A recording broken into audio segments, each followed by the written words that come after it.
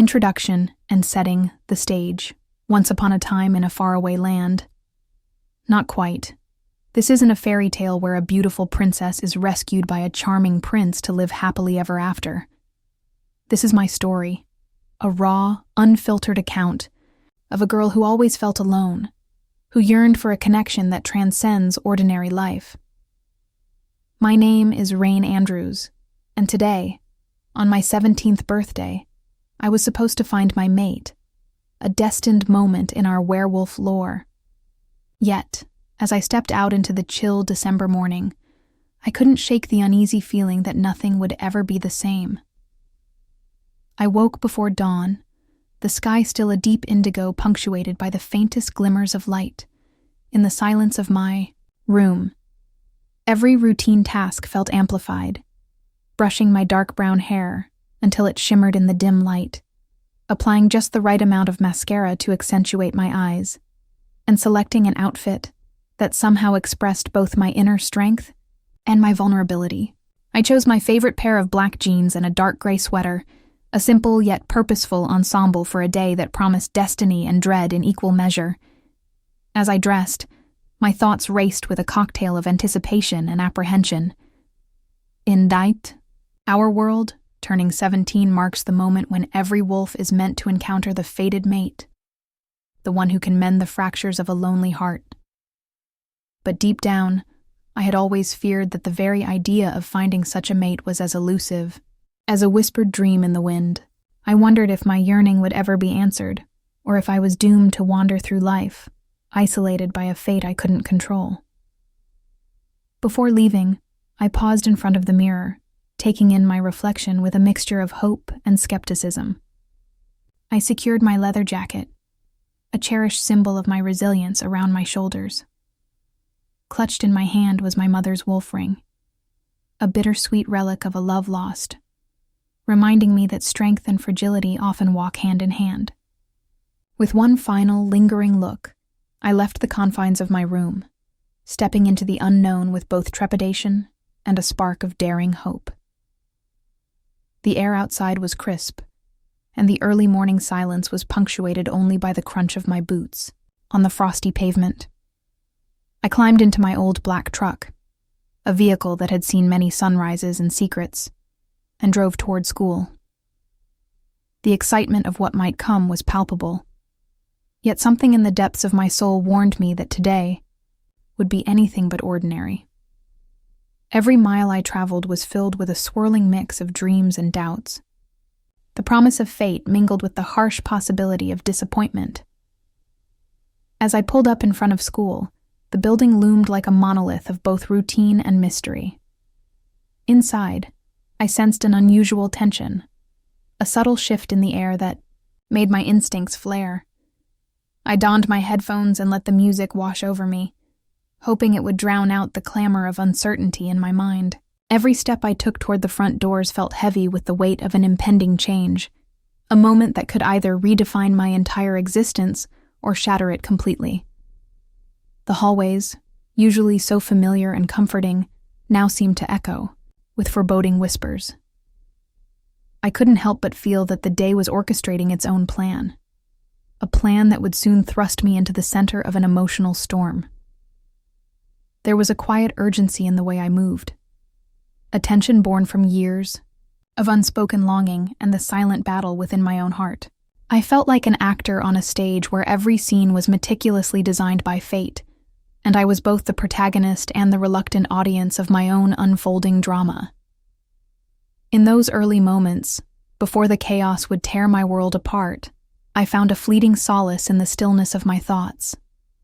I wondered about the nature of destiny, the cruel irony of a world where love was both a blessing and a curse. Would I finally feel the embrace of a mate who could heal my wounds, or would I be left to face the cold reality of rejection and solitude? The uncertainty was almost unbearable, a tight knot in my chest that pulsed with every heartbeat. Yet, even as shadows of doubt crept into my mind, a flicker of determination ignited within me.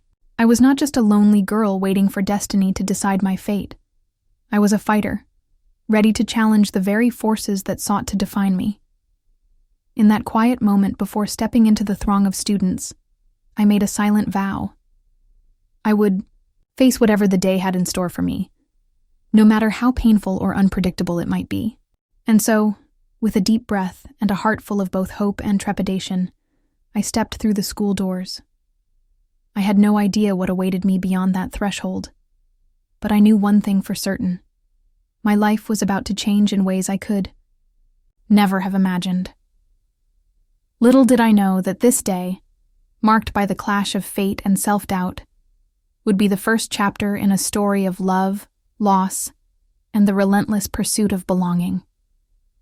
In that pivotal moment, as I crossed the boundary between the familiar and the unknown, I felt the first tremors of destiny stirring around me, a promise that something extraordinary, something both beautiful and painful, was about to unfold. And though my heart trembled with uncertainty, it beat steadily with the hope that perhaps, just perhaps, my deepest longings would finally be answered. The awakening of a 17-year-old werewolf. The first rays of dawn barely caressed the sky as my alarm buzzed, shattering the fragile veil of sleep.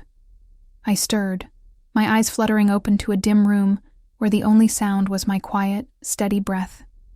Even in those early moments, a sense of anticipation mingled with an inexplicable undercurrent of dread. Today was my 17th birthday, a day steeped in ancient tradition for us werewolves, where the passage into adulthood is marked by the hunt for one's destined mate. Yet, in the soft, vulnerable light of the morning, I felt both the weight of destiny and the sting of isolation. I sat up slowly on my bed, my thoughts already swirling like a restless wind. In our culture, turning 17 is more than just a birthday. It is a threshold. It signals that your heart is ready to awaken to a bond that transcends mere friendship, promising a connection that can heal even the deepest wounds. But as much as I longed for that fated encounter, I couldn't shake the nagging thought that my future mate might never appear. Or worse, that the very idea of such a connection could be a double-edged sword. Swinging my legs over the side of the bed, I padded barefoot to the antique mirror that hung on my faded wallpaper. My dark brown hair, slightly tousled from sleep, needed a touch of care. I reached for my brush and began the gentle ritual of untangling each strand, as if coaxing out a hidden part of myself. The familiar act of brushing was oddly soothing, a reminder that every day begins with a chance to shape who we become. I paused to study my reflection, tracing the familiar lines of my face with a mix of hope and resignation. There was a quiet strength in my eyes, a glimmer that told stories of silent battles fought and dreams yet to be realized.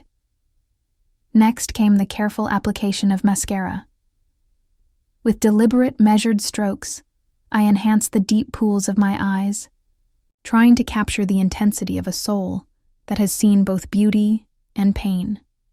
As I worked, I thought of the countless nights spent yearning for connection, of the empty echoes that filled my heart when the moon shone bright, and all I had were memories of loss. Today, however, I resolved that those memories would fuel my determination rather than weigh me down. Each brushstroke was a promise that I would not be defined solely by my solitude. After tending to my hair and makeup, I opened my closet, a trove of clothes that silently spoke of my identity. Hanging there were garments that I had carefully chosen to mirror the person I hoped to be. Strong yet tender, mysterious yet honest. I pulled out my favorite pair of black jeans, their worn fabric a testament to nights spent chasing dreams under starry skies. Paired with them was a dark gray sweater, simple in design but laden with meaning, a subtle nod to the melancholy of winter and the solitude it often brings. This ensemble wasn't merely about style, it was an outward expression of my inner world, a delicate balance between hope and heartache. As I dressed, I couldn't ignore the importance of today. In our werewolf culture, birthdays like mine carry an almost sacred significance. They are not just celebrations of life, they are rites of passage, heralding the moment when the wolf in you awakens fully to the call of destiny. I recalled the whispered lore, passed down through generations, a legend that on this very day, the spirits of our ancestors watch over us, guiding our hearts towards the mate who will complete us. It was a powerful thought, one that both filled me with anticipation and left me trembling with uncertainty. What if the mate I was destined for was nothing like I imagined? What if the connection, so eagerly awaited, brought with it pain and rejection instead of healing? I reached for a cherished accessory, a delicate snowflake choker that glinted softly in the morning light. It was a gift from my mother, a memento of love lost and lessons learned. Clasping it around my neck, I felt her presence with me, a silent guardian as I faced another day of hope and despair. In that small, intimate gesture, I found a measure of comfort. It was as if she were whispering, "Be brave, my child, and trust in the path set before you." Yet, even amidst these rituals of care and preparation, there lingered an unsettling tension. In the quiet moments before the day truly began, I sensed that something was off-kilter. A subtle chill, not born of the December air, crept along the back of my neck. It was a premonition, a fleeting hint that the day might bring more than the usual mix of routine and tradition. The promise of finding a mate was steeped in mystery and peril, and I wondered if today would also reveal hidden truths about my own heart. With every piece of clothing that fell into place, the duality of my emotions grew stronger. On one hand, there was a bright, flickering flame of excitement, a desire to embrace the unknown and finally feel the warmth of a true connection. On the other, a shadow of apprehension darkened my thoughts, a fear that the fate I so desperately craved might come at a cost I wasn't ready to pay. Finally, as the last vestiges of sleep faded from my eyes, I took one final look in the mirror. The girl staring back was a tapestry of contradictions, hopeful yet haunted, resilient yet yearning. I knew that beyond the familiar walls of home, the world awaited, a world of whispered legends, secret rituals, and a destiny written in the language of the moon and stars. With a deep, steadying breath, I gathered my things and stepped out the door. Each step carried the weight of expectations and the flutter of nervous anticipation. Today, I wasn't just leaving home. I was stepping into a future that promised both the ecstasy of love and the sting of heartbreak. As I closed the door, behind me, the chill of the morning air wrapped around my skin, and I couldn't help but wonder, would the day bring the mate who would complete me, or would it shatter the delicate hope that had carried me all these lonely years? In that moment of departure, my heart throbbed with a cocktail of determination and doubt. I was ready, or so I hoped, to face the day's challenges. The road ahead was uncertain, filled with hidden twists and unseen dangers. But one thing was clear. My awakening was not just the start of another day. It was the beginning of a journey that would change everything. An unexpected encounter at school. The moment I stepped onto the school grounds, the world seemed to erupt in a symphony of sensations. The crisp morning air carried an intoxicating scent, a heady mix of freshly cut grass, blooming flowers, and something wild and undefinable that sent a shiver racing along my spine. It wasn't just a smell. It was as if the very essence of destiny had been released into the atmosphere, tugging at my heart and setting it pounding in my chest. Every sound was amplified, the distant murmur of students, the echo of footsteps on the concrete, even the rustle of leaves in the gentle breeze. The sensory overload was both exhilarating and disconcerting, as if the world were revealing secrets I'd long yearned to understand. I could feel my senses heightening, each nerve ending alert to every detail, every whisper of fate that fluttered around me. In the midst of this overwhelming ambiance, I caught sight of him, Elijah Woods. He stood a few paces away, leaning casually against a row of lockers, his presence impossible to ignore. There was something enigmatic about him. His eyes, dark and intense, held a glimmer of secrets and a storm of emotions beneath their calm exterior. Every gesture he made, every subtle shift in his posture, exuded an air of controlled tension, as if he was perpetually on the edge of unleashing something powerful.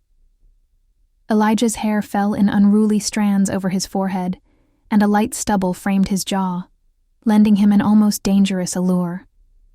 Even from afar, I sensed that his energy was magnetic, a force that drew glances and stirred whispers among the students. His aura was one of quiet command and underlying unrest. It was as if he carried the weight of countless untold stories, each one etched in the silent language of his eyes. As I moved closer, drawn by both curiosity and an inexplicable pull, I noticed a small crowd gathering near him. Their hushed tones were filled with a mixture of admiration and trepidation. Amid the murmurs, one conversation stood out, a farewell charged with unspoken emotion. I saw Elijah exchanging a final, lingering look with a girl who radiated warmth and beauty, a girl named Rose. Her long blonde hair cascaded like a golden waterfall, and her eyes sparkled with a blend of sadness and resolve as they met his. Their goodbye was muted, yet every nuance spoke volumes. A silent promise of love, a parting that carried the weight of years spent together. Witnessing this tender yet heart-wrenching scene, a cascade of conflicting emotions surged through me. Part of me felt a pang of jealousy, an unfamiliar, sharp sting that echoed my own deep-seated longing for connection. I'd always dreamed of finding a mate who could fill the emptiness in my heart, someone who would understand the unspoken rhythms of my soul. And here, before my very eyes, was a glimpse of that ideal, a love story both beautiful and bittersweet. Yet as I watched, there was also a spark of hope, a whisper of possibility that perhaps fate had a different plan for me, a plan that was as mysterious as it was unpredictable. The air around me seemed to pulse with anticipation, every second stretching into an eternity. My heart pounded louder with each step, the rhythm of my pulse matching the rapid beat of my thoughts. I could feel an invisible current drawing me nearer, as if the universe itself was urging me to step into the unfolding drama. The scent that had captivated me earlier now seemed to mingle with the charged atmosphere around Elijah and Rose, creating an intoxicating cocktail of love, loss, and destiny. Then, in a moment that defied both time and logic, it happened. As I navigated through the sea of students, my path collided directly with his. Elijah's presence suddenly became overwhelmingly real. The impact was both literal and metaphorical. In that split second, the mundane world shattered around us. My vision blurred, and I instinctively closed my eyes, bracing myself for the shock. Before I could register the full force of the collision, a rush of sensations, warmth, movement, a sudden loss of balance overwhelmed me. I could hear the muffled sound of my own heartbeat, each thump echoing the tremor of fate as it jolted me out of my routine existence. When I opened my eyes, the world had transformed into a haze of conflicting images, a swirl of faces, emotions, and unspoken words. The collision wasn't merely a physical bump in the crowded hallway. It was a seismic shift that sent ripples through the very core of my being. In that fleeting, chaotic moment, everything I had known seemed to dissolve into uncertainty. I could feel the electric charge of destiny surging through me, as if the universe had conspired to pull me into a reality I wasn't prepared for. And then, as quickly as it had begun, the moment passed. I stood there, breathless and disoriented, surrounded by the quiet aftermath of what felt like a cosmic warning. My heart still raced, and my mind struggled to comprehend the magnitude of what had just occurred. I realized with a sinking certainty that nothing would ever be the same again. The encounter, this collision of fate, had set me on a path where every step would be laden with mystery, emotion, and an inevitable transformation. In that instant, as I tried to steady my trembling limbs and gather my scattered thoughts, I knew one undeniable truth.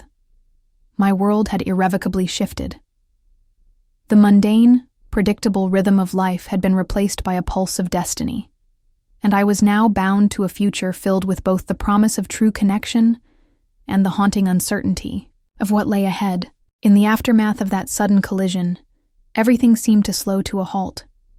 My senses, still reeling from the impact, struggled to make sense of the chaos. For a brief moment, the world around me blurred into an indistinct haze of sound and motion. Then, as if pulled from the edge of oblivion, a warm, strong hand enveloped me. Its grip was firm yet gentle, a protective anchor in a sea of disarray. I blinked furiously, trying to adjust to the sudden clarity. Standing before me was a man whose presence radiated both strength and tenderness. His eyes, a deep and captivating shade that hinted at untold stories, locked with mine. In that instant, I felt an inexplicable mix of relief and confusion.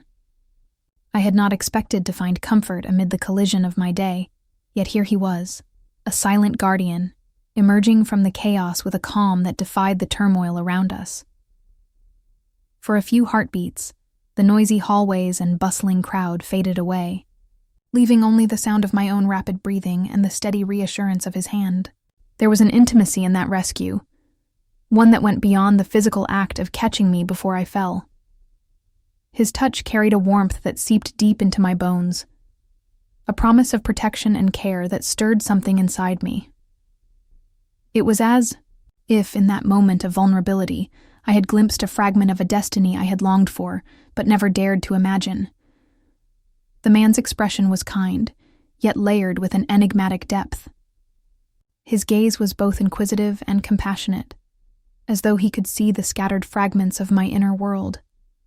I could tell without a word that he understood the unspoken pain, the lonely battles, and the quiet hope that had brought me here. There was something undeniably familiar in his eyes, a sense of recognition that made my heart flutter with uncertainty. Had I met him before, in another life or a distant dream? The question lingered, hovering at the edge of my consciousness like a delicate, unspoken secret. As he helped me regain my footing, the sounds of the hallway gradually seeped back in. The distant hum of conversation and the shuffle of footsteps seemed to underscore the stark contrast between the chaos around us and the calm he exuded. I took a tentative step back, still trying to process the intensity of the encounter. Yet, even as I did, his hand remained, as if anchoring me to a reality that was both new and inexplicably destined. "Are you all right?" he asked softly, his voice low and reassuring, a gentle murmur that seemed to brush away the lingering shock. There was no trace of condescension, only genuine concern. In that moment, his question carried more weight than a simple inquiry. It was as if he was inviting me to share my deepest fears and uncertainties, to let him into the silent spaces of my heart that had long been shrouded in solitude. I nodded, barely able to form words, my voice lost in the rush of emotions. His presence was disarming, drawing out parts of me that had remained hidden away. For so long, I had been a solitary soul, trapped in a cycle of routine and resigned longing. But now, this unexpected encounter seemed to spark a flicker of possibility, a hint that perhaps the day held more than just heartbreak and uncertainty. His eyes softened as he regarded me, and for a long moment, we stood there in that fragile bubble of intimacy, isolated from the world's relentless clamor.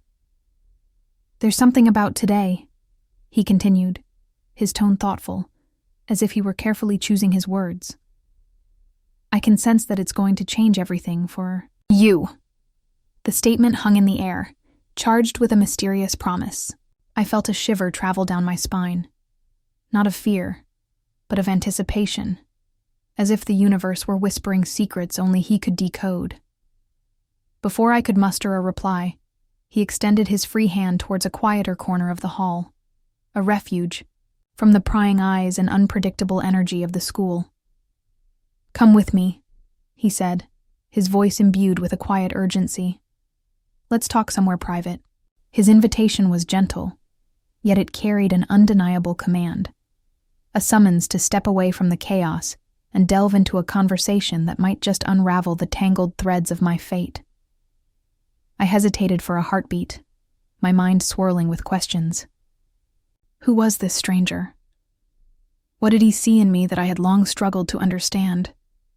And most importantly, how did he know that my heart was aching for something more? A connection that could mend the hidden fractures within me.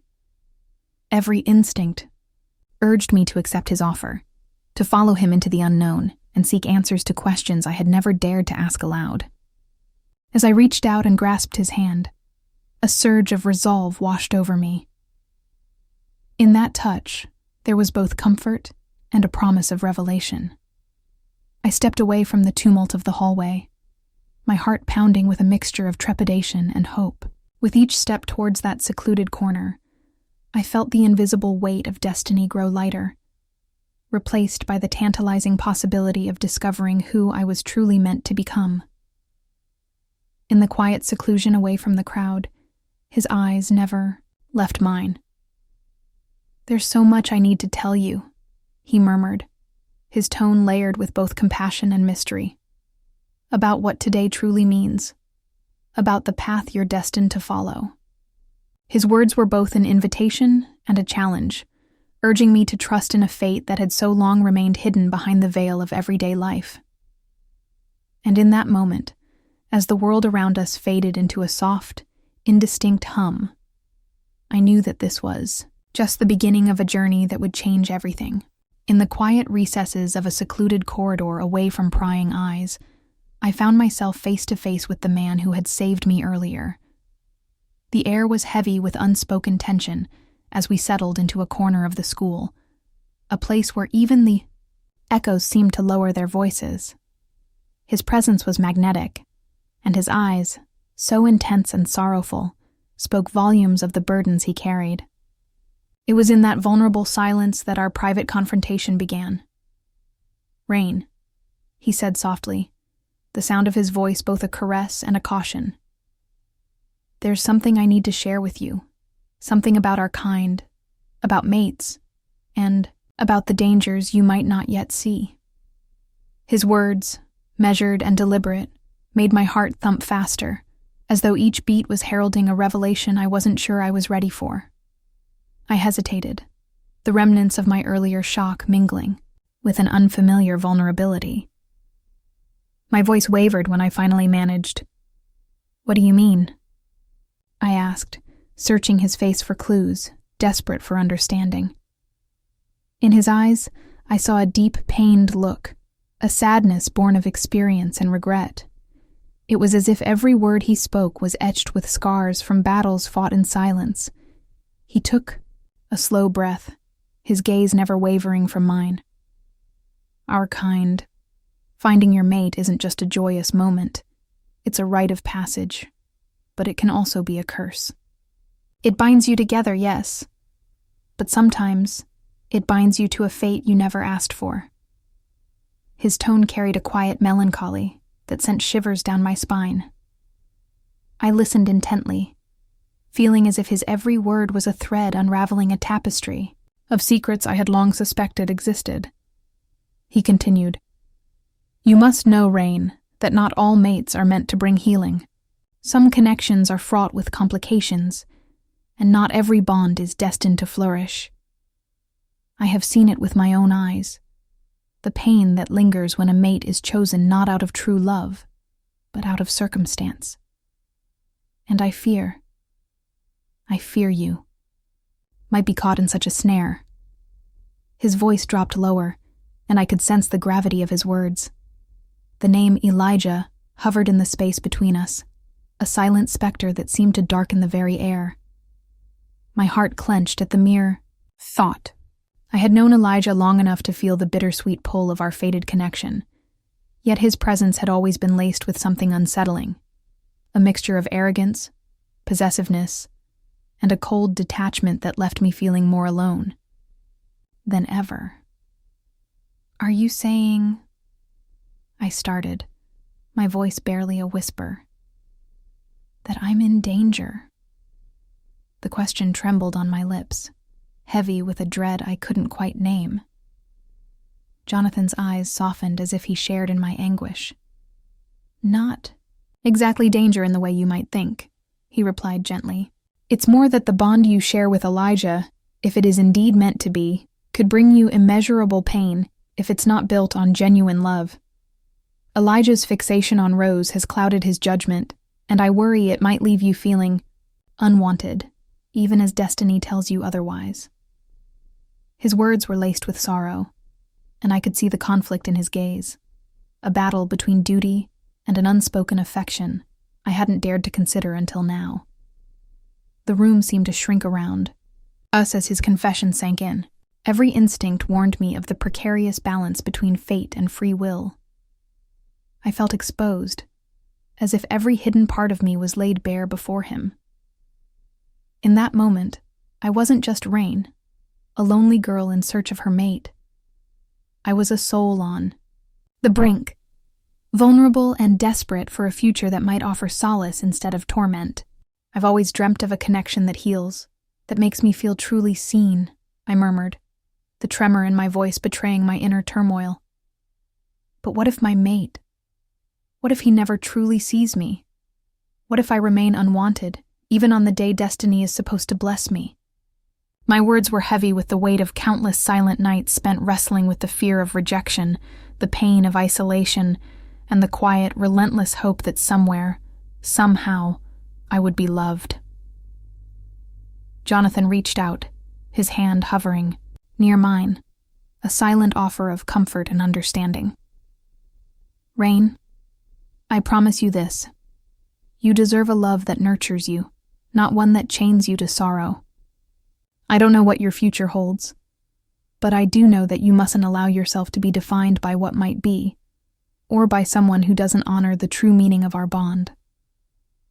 His voice was a balm to the raw edges of my heart, yet it carried a stern warning too. Sometimes the path to discovering your true mate begins with letting go of what feels familiar, even if it pains you. A tear slid down my cheek as I looked up, my eyes brimming with a fragile hope. "Please, Jonathan," I pleaded softly, my voice catching on the words. "Don't reject me. Not today. Not until tomorrow. I need just a little more time to understand this all. I can't face a future where I'm left feeling unwanted." The plea, laden with desperation and a quiet defiance, hung in the air between us. For a long, suspended moment, the only sound was the steady rhythm of our breathing, testament to the fragile yet undeniable connection that was beginning to take shape. Jonathan's gaze, filled with a mixture of compassion and resolve, never left mine.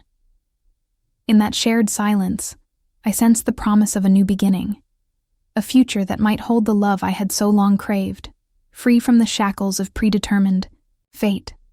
"Then let's talk," he finally said, his tone both inviting and resolute. "Let's figure out what your heart truly needs, away from the noise of expectations and the weight of old bonds." His invitation was a lifeline thrown into the turbulent waters of my doubts, a chance to glimpse a future where I could finally be seen for who I was. As we stood there in our secluded corner, the rest of the world seemed to fade away. My heart, still heavy with the uncertainties of fate, beat a hopeful rhythm as I nodded in quiet agreement. I didn't know what lay ahead, but in that moment, the fragile promise of tomorrow was enough to keep the darkness at bay. The day that had promised destiny and whispered secrets quickly descended into chaos. After that quiet, tension-filled conversation, I returned to the crowded hallways of the school, still reeling from the intimacy of my private confrontation. But as soon as I stepped back into the throng of students, a palpable shift occurred. The vibrant energy of the morning was replaced by a sudden, ominous tension, a current of hostility that prickled along my skin. I tried to steady my breathing as I navigated through the corridor, but every step seemed to echo with foreboding. The once familiar chatter of my classmates now sounded like malicious whispers. As I reached the end of the hallway, a group of students suddenly closed in around me. Their eyes were cold and unyielding, and the air itself seemed to darken with their hostile intent. Before I could understand what was happening, Shouts erupted, and harsh words filled the space. A heavy blow struck me from behind, and I tasted copper on my tongue as blood trickled down my lip. Panic seized me, and my vision swam with dizzying swirls of red and white. I felt as if the ground itself was shifting beneath me, each heartbeat pounding like a war drum of impending doom. The group's aggression was relentless. I heard the sickening thud of fists and boots connecting with flesh.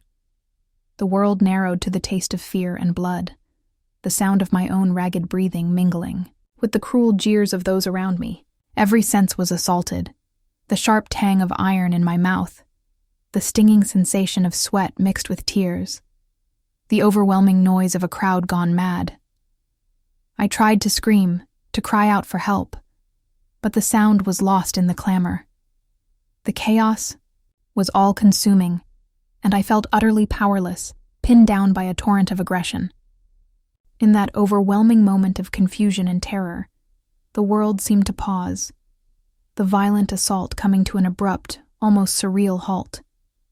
Then, like a whisper in the tempest, silence fell. For an instant, time itself appeared to slow, and I felt a sudden shift, a presence I hadn't anticipated. A force, mysterious and potent, swept through the crowd, its power palpable even amid the lingering echoes of violence. It was as if the universe had paused to offer me a moment of reprieve. The attackers, who had been so intent on their cruelty, halted mid-swing, their movements frozen in an uncanny stillness. A soft, commanding voice broke through the silence, resonating with an authority that sent a chill down my spine. I could not see the source of this intervention clearly, obscured by the unsettled crowd, but I sensed a protective aura, a guardian emerging from the chaos. The sensation was almost electric, as if the air itself shimmered with raw energy and determination. My heart pounded, and I felt my senses come back into focus as the mysterious force gathered strength. The attackers, now disoriented and subdued, by an invisible command, began to slowly disperse, their hostile energy dissipating into confused murmurs. I was left trembling on the cold floor, my body aching and stained with the bitter taste of blood, while the mysterious protector loomed in the periphery, watching over me with unwavering intensity. In that moment, a whirlwind of questions and emotions surged through me. Who had halted the violence so abruptly? Was this force a guardian spirit, or perhaps someone with a power that defied explanation? And what did this sudden intervention mean for my destiny? All the while, the taste of blood and the sharp sting of fear lingered, a stark reminder that I was now thrust into a dangerous reality, one where the boundaries between fate and free were blurred into uncertainty. As the echoes of the dispersing crowd faded, I tried to gather my scattered senses. My body was battered, and every breath felt like a struggle against an unseen weight. The remnants of the attack swirled around me in a haze of confusion and pain, yet beneath it all, a seed of hope began to sprout. A quiet, persistent question that perhaps this was not a random act of violence, but a deliberate, fateful intervention meant to guide me toward something greater.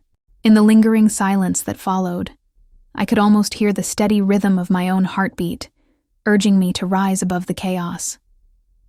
The mysterious presence, still unseen but undeniably felt, seemed to offer me a choice: to succumb to the darkness of the moment, or to embrace the possibility that there was more to my destiny than the cruelty of today. I forced myself to sit up, every movement a painful reminder of the vulnerability I now carried. My mind raced with thoughts of fate, of ancient prophecies whispered among our kind, and of the peril that lay ahead. The encounter with that unseen force, combined with the relentless assault from my peers, hinted at a world where power and destiny intertwined in ways I had never imagined. As I gathered my strength to stand, the question that had been building in the depths of my mind erupted into a silent plea. Who was behind this intervention? And why had fate chosen this moment to reveal itself? The unanswered mystery hung in the air like a fragile promise, and as I took a tentative step forward, I couldn't shake the feeling that my day, the very course of my life, had irrevocably changed. And so, with my heart still pounding from both the attack and the surge of protective energy, I stood at the crossroads of a future that promised both peril and possibility. The mystery of my rescuer's identity and the meaning behind these violent attacks loomed over me like a dark cloud, leaving me to wonder, was this the beginning of my true destiny, or merely the prelude to a storm that I was destined to weather alone? In the chaotic aftermath of the attack, the din of voices and scattered footsteps faded into a distant hum, replaced by a gentle, steady rhythm, the sound of compassion. I found myself crumpled on the cold floor, my body trembling from both pain and shock. Amid the haze of blurred visions and aching limbs, a familiar, warm presence emerged from the swirling confusion. Jonathan, the mysterious stranger who had first rescued me in that fateful moment, now reappeared as my steadfast guardian. With quiet determination, he knelt beside me, his eyes soft with concern and his hands careful as they assessed my injuries. His touch was gentle yet resolute, an unspoken promise that he would not let me fall apart under the weight of this day's torment. "Come on, Rain," he murmured, his voice low and soothing, a beacon amidst the wreckage of my emotions. "Let me help you." Carefully, as if cradling something as fragile as glass, he hoisted me into his arms. Every movement was imbued with a tenderness that belied the earlier chaos. I could barely register the pain in my battered body as I clung to him, the cool draft of the corridor air contrasting sharply with the warmth radiating from his embrace. He carried me swiftly yet, with deliberate care down the corridor toward the school's infirmary, where the faint, antiseptic scent promised some solace for my injuries. The corridor lights blurred into streaks as I tried to keep my focus, and in my disoriented state, each step felt like a slow descent into a surreal dreamscape. Yet, in Jonathan's arms, I sensed an anchor, a connection that began to stitch together the frayed edges of my reality. Inside the infirmary, a kind-faced nurse and the school doctor rushed to our aid. The doctor, with a practiced yet compassionate air, examined my bruises and the ragged gash on my cheek, a vivid, stinging reminder of the day's brutality. I felt the sting of antiseptic as it mingled with the salty taste of tears and the metallic tang of blood lingering on my lips. Jonathan's presence beside me was a silent comfort, his eyes never leaving mine as the doctor worked to stabilize my condition. As he helped me settle on a narrow bed, I could see the delicate play of concern and resolve etched across his features. His gentle murmurs of reassurance, paired with the tender way he adjusted my blanket and smoothed my tangled hair, wove an unspoken bond between us. In that quiet space, the world outside seemed to recede, leaving only the two of us and the heavy truth of my unfolding fate. Yet even as a fragile sense of security began to form, a subtle chill ran through the room, a reminder of the ever-present shadow of my destiny. Somewhere, in the midst of this gentle rescue, I could hear the faint echo of another voice, a voice that belonged to my mate, laden with dissatisfaction and an ominous warning. The mere thought sent a shiver down my spine. It was as if the air itself trembled with an unspoken promise that this day was not yet done, that greater challenges still lurked just beyond the veil of my fragile recovery. Jonathan, ever perceptive, seemed to sense my internal conflict. His eyes darkened momentarily, and I caught a glimpse of stormy determination behind their gentle warmth. "There's more at play here than you realize," he said quietly, almost to himself, as if weighing the balance between hope and impending peril. His tone carried both a note of sympathy and a silent urgency, suggesting that our encounter was part of a larger tapestry, a fate woven with threads of both healing and heartache. In that intimate space, as I lay with my eyes half closed and my thoughts a turbulent mix of gratitude and foreboding, I felt an emerging bond that transcended mere physical rescue. It was as if Jonathan had become more than a guardian in that moment. He was a confidant, a protector, and perhaps even a guide into a destiny that I had never dared to imagine. The soft cadence of his breathing, the the comforting weight of his hand on my shoulder.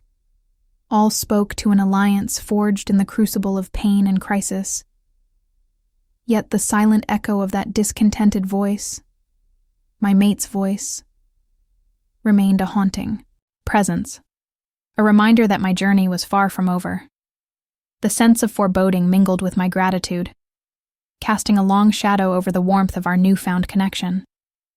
Every reassuring word from Jonathan seemed tempered by the silent promise of looming challenges, an intricate dance of hope and despair that promised to reshape my life in ways I could neither fully comprehend nor control.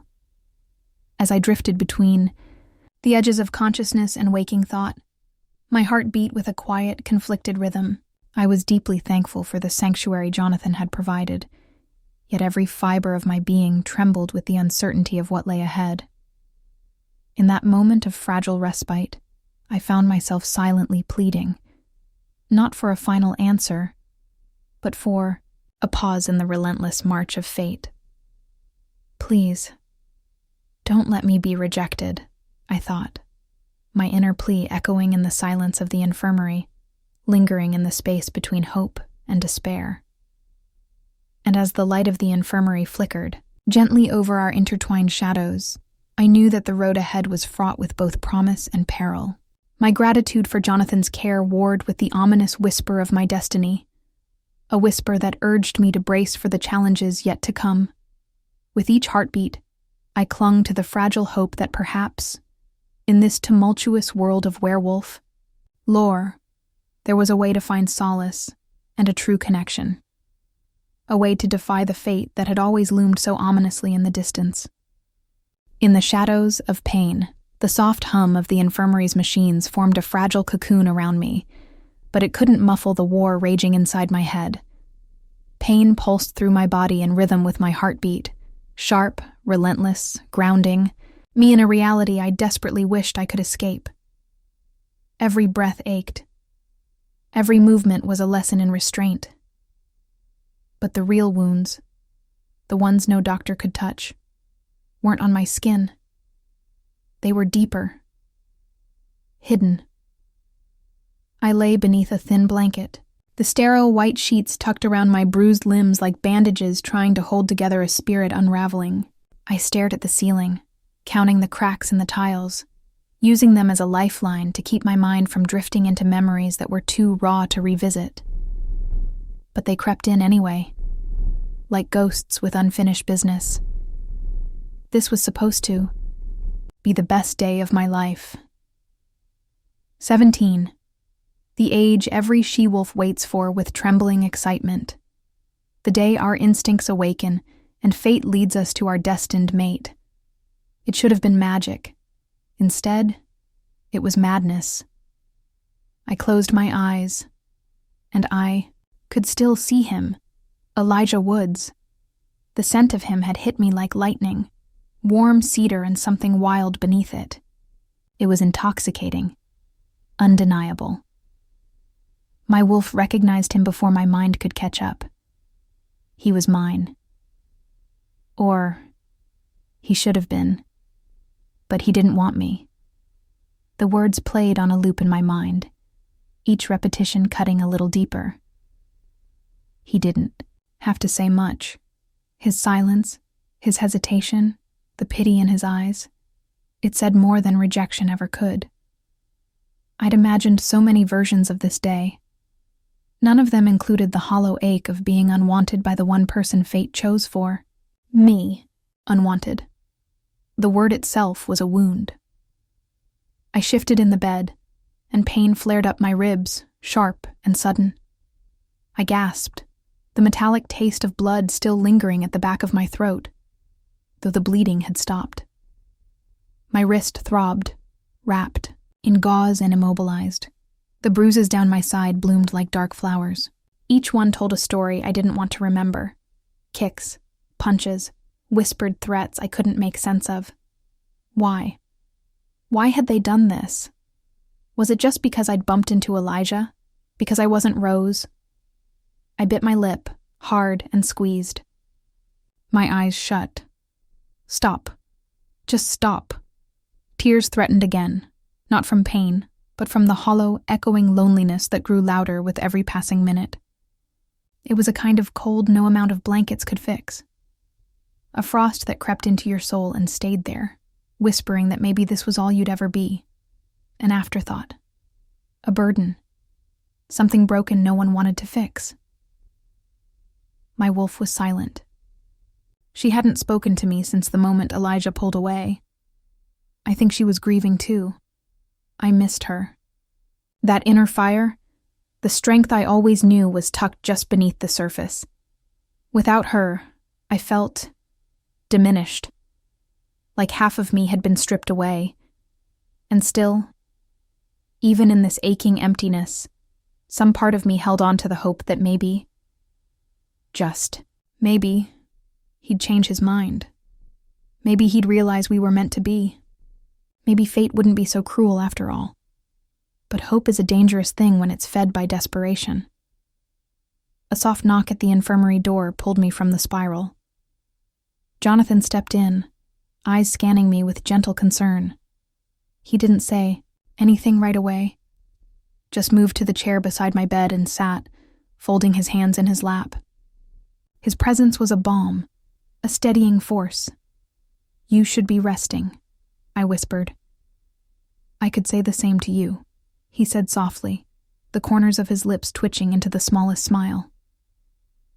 We sat in silence for a while, the only sound the rhythmic beep of the monitor and the distant hum of voices in the hall. He didn't ask questions, didn't press, and somehow that made me want to say everything. "I don't know how to come back from this," I admitted, voice barely above a whisper. "You don't have to know right now," he replied. "You just have to keep breathing. That's enough." I wanted to believe him. I wanted to believe I was strong enough to survive this. But as the minutes ticked by and the weight of the day settled deeper into my bones, I knew my healing wouldn't be simple. This wasn't just about bruises and broken ribs. This was about trust and fate and a heart that had been handed to someone who didn't want it. And that kind of wound doesn't heal with time alone. Somewhere beneath the bandages and the silence, I was changing. Slowly, painfully. Something inside me, some buried ember, was beginning to burn. Not with rage, but with resolve. I wasn't sure what I'd become on the other side of this pain, but I knew I wouldn't be the same girl who walked into school this morning with hope in her chest and stars in her eyes. No. That girl was gone. And in her place, something new was stirring. Something stronger. But strength, I realized, often comes at a cost. And mine was just beginning to rise. I lie here in the sterile hospital room, the hum of fluorescent lights and the sterile smell of disinfectant clashing with the raw, searing ache that pulses through every part of me. The bed beneath me is too hard, the white sheets too cold, a stark contrast to the burning turmoil inside my chest.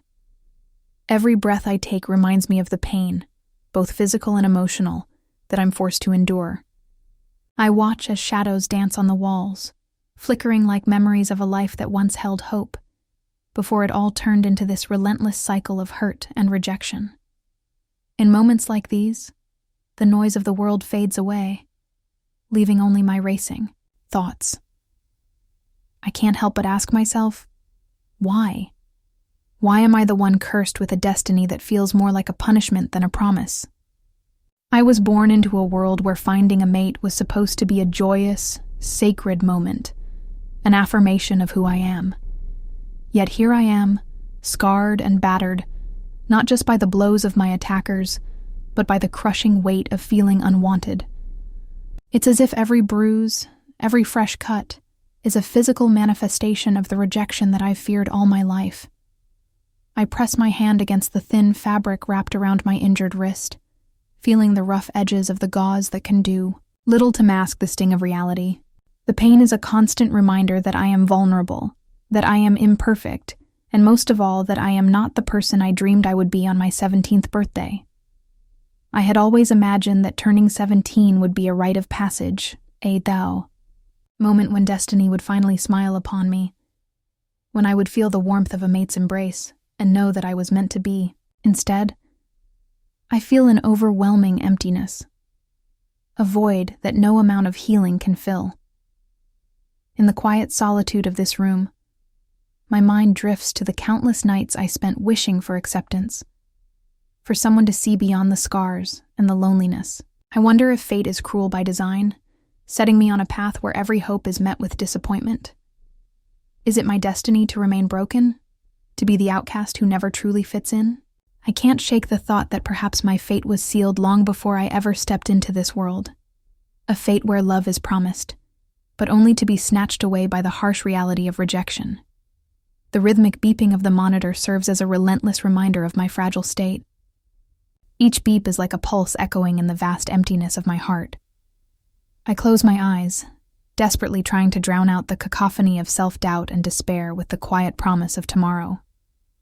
But even in these fleeting moments of silence, the questions persist. What does it mean to be truly wanted? Is destiny nothing more than an illusion, a cruel trick played on those of us who dare to dream of a love that heals? I recall the words of the nurse as she gently adjusted my blanket, her soft voice offering a semblance of comfort in the sterile chill. "Your body will heal, Rain. It always does," she said, as if that simple truth could mend the fractures of my soul. But she didn't know the deeper pain, the agonizing awareness that healing is incomplete without the one person who is meant to be by my side. I am not just mending bruises and broken ribs. I am piecing together the shattered remnants of a heart that has long been starved for affection. My thoughts inevitably drift to the one missing piece of my existence: my mate. The ancient lore of our kind whispers that a mate's presence can accelerate healing, that the bond between us can mend not only the body, but the very spirit. And yet, here I am, left to suffer in isolation, wondering if fate has forsaken me. What if the mate I was destined for never comes? What if I'm doomed to remain in this state of perpetual longing, a ghost, wandering in a world where every promise of destiny turns to dust? The room seems to grow colder, the shadows deeper. As the reality of my situation settles in, I feel the weight of every unspoken word, every missed opportunity for connection. The thought is unbearable, that without the comfort of a mate, I am doomed to a slow, painful decay, a life where every day is a struggle against the tide of isolation and rejection. I clench my fists, not in anger, but in a desperate plea for acceptance, a silent cry to the universe to deliver the one person who can make sense of this agony. "Please," I whisper into the stillness, voice barely audible over the steady beep of the monitor. "Don't let me be alone. I need you. I need my mate to heal me." It's a plea filled with vulnerability and raw, unfiltered hope. A hope that somehow, somewhere, a love exists that can defy the cruel destiny that threatens to consume me. In that fragile moment, I realize that my healing, my survival, depends on this bond, this connection that is meant to transcend the physical and mend the deepest parts of who I am. And so, as I lie here in this sterile room, grappling with the relentless agony of rejection, I cling to that hope like a lifeline. The stakes have never been higher, and the path ahead remains shrouded in uncertainty. But one truth burns fiercely within me. Until I find my mate, until I am finally accepted for who I am, I will never truly heal. The heavy hospital door creaked open, and my heart skipped a beat as Rose stepped into the room. Her presence was immediately disarming, a delicate mixture of familiarity and strident tension that seemed to electrify the sterile air. Clad in a soft, off-shoulder blouse that hinted at both vulnerability and guarded strength, Rose exuded an aura that both captivated and confounded me.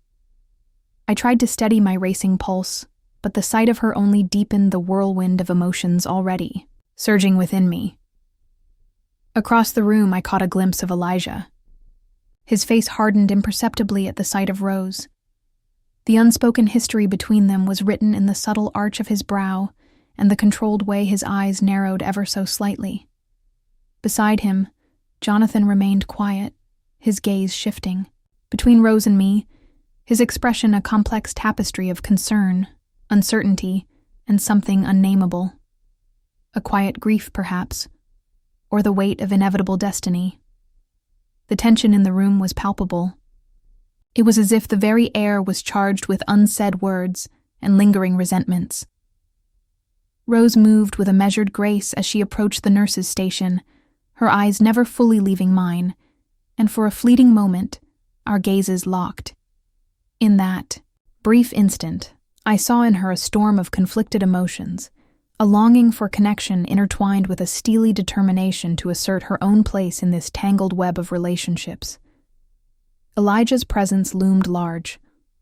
I could sense the conflict within him, a simmering anger, a deep-rooted frustration, and perhaps a hint of regret. His lips parted as if to speak, but then he hesitated, leaving his intentions veiled behind a mask of cool indifference. Meanwhile, Jonathan's eyes softened as he watched the interaction, his silent concern a stark contrast to the simmering tension emanating from the other two. It was a subtle dance of glances and half-spoken words, where every gesture carried the weight of years of unspoken rivalry and unfulfilled promises. I lay there, caught in the center of this interpersonal maelstrom, my heart aching with a mix of confusion and despair. The sterile environment around me, the relentless beeping of machines, the clinical scent of antiseptic, only heightened the rawness of my internal turmoil. Every whispered comment, every lingering glance between Rose and Elijah carved another notch of doubt into the fragile hope I clung to. I could barely hear my own thoughts above the murmurs of the surrounding conversation, and yet each word felt laden with implications I wasn't sure I wanted to understand. Rose's voice, soft yet resolute, broke through the tension as she addressed the room. "I just need to know," she said, her tone measured but edged with an unmistakable urgency. "That you will let me go. That I have a right to decide what's best for me."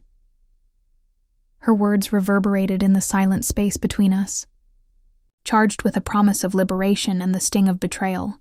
I couldn't help but feel that her statement was aimed as much at Elijah as it was at the unresolved mess that my heart had become. Elijah's response was a barely perceptible shift, a sigh that carried more resignation than anger, and Jonathan's eyes flickered with something that resembled pity, or perhaps regret. I felt as if the very fabric of my destiny was being tugged in different directions. Each passing second deepened the conflict inside me, the yearning for acceptance from a mate who could mend my broken spirit, the crushing weight of being caught between alliances that threatened to tear apart everything I had hoped for, every detail. The crinkling of Rose's eyes when she looked at Elijah, the way Jonathan's hand instinctively moved to rest on his chest as if to guard his secrets, the silent tension that filled every pause, wove itself into the fabric of my own despair. I wondered if fate had truly marked me for a life of unending conflict and loneliness. Was I simply to be a bystander in the intricate dance of these tangled relationships?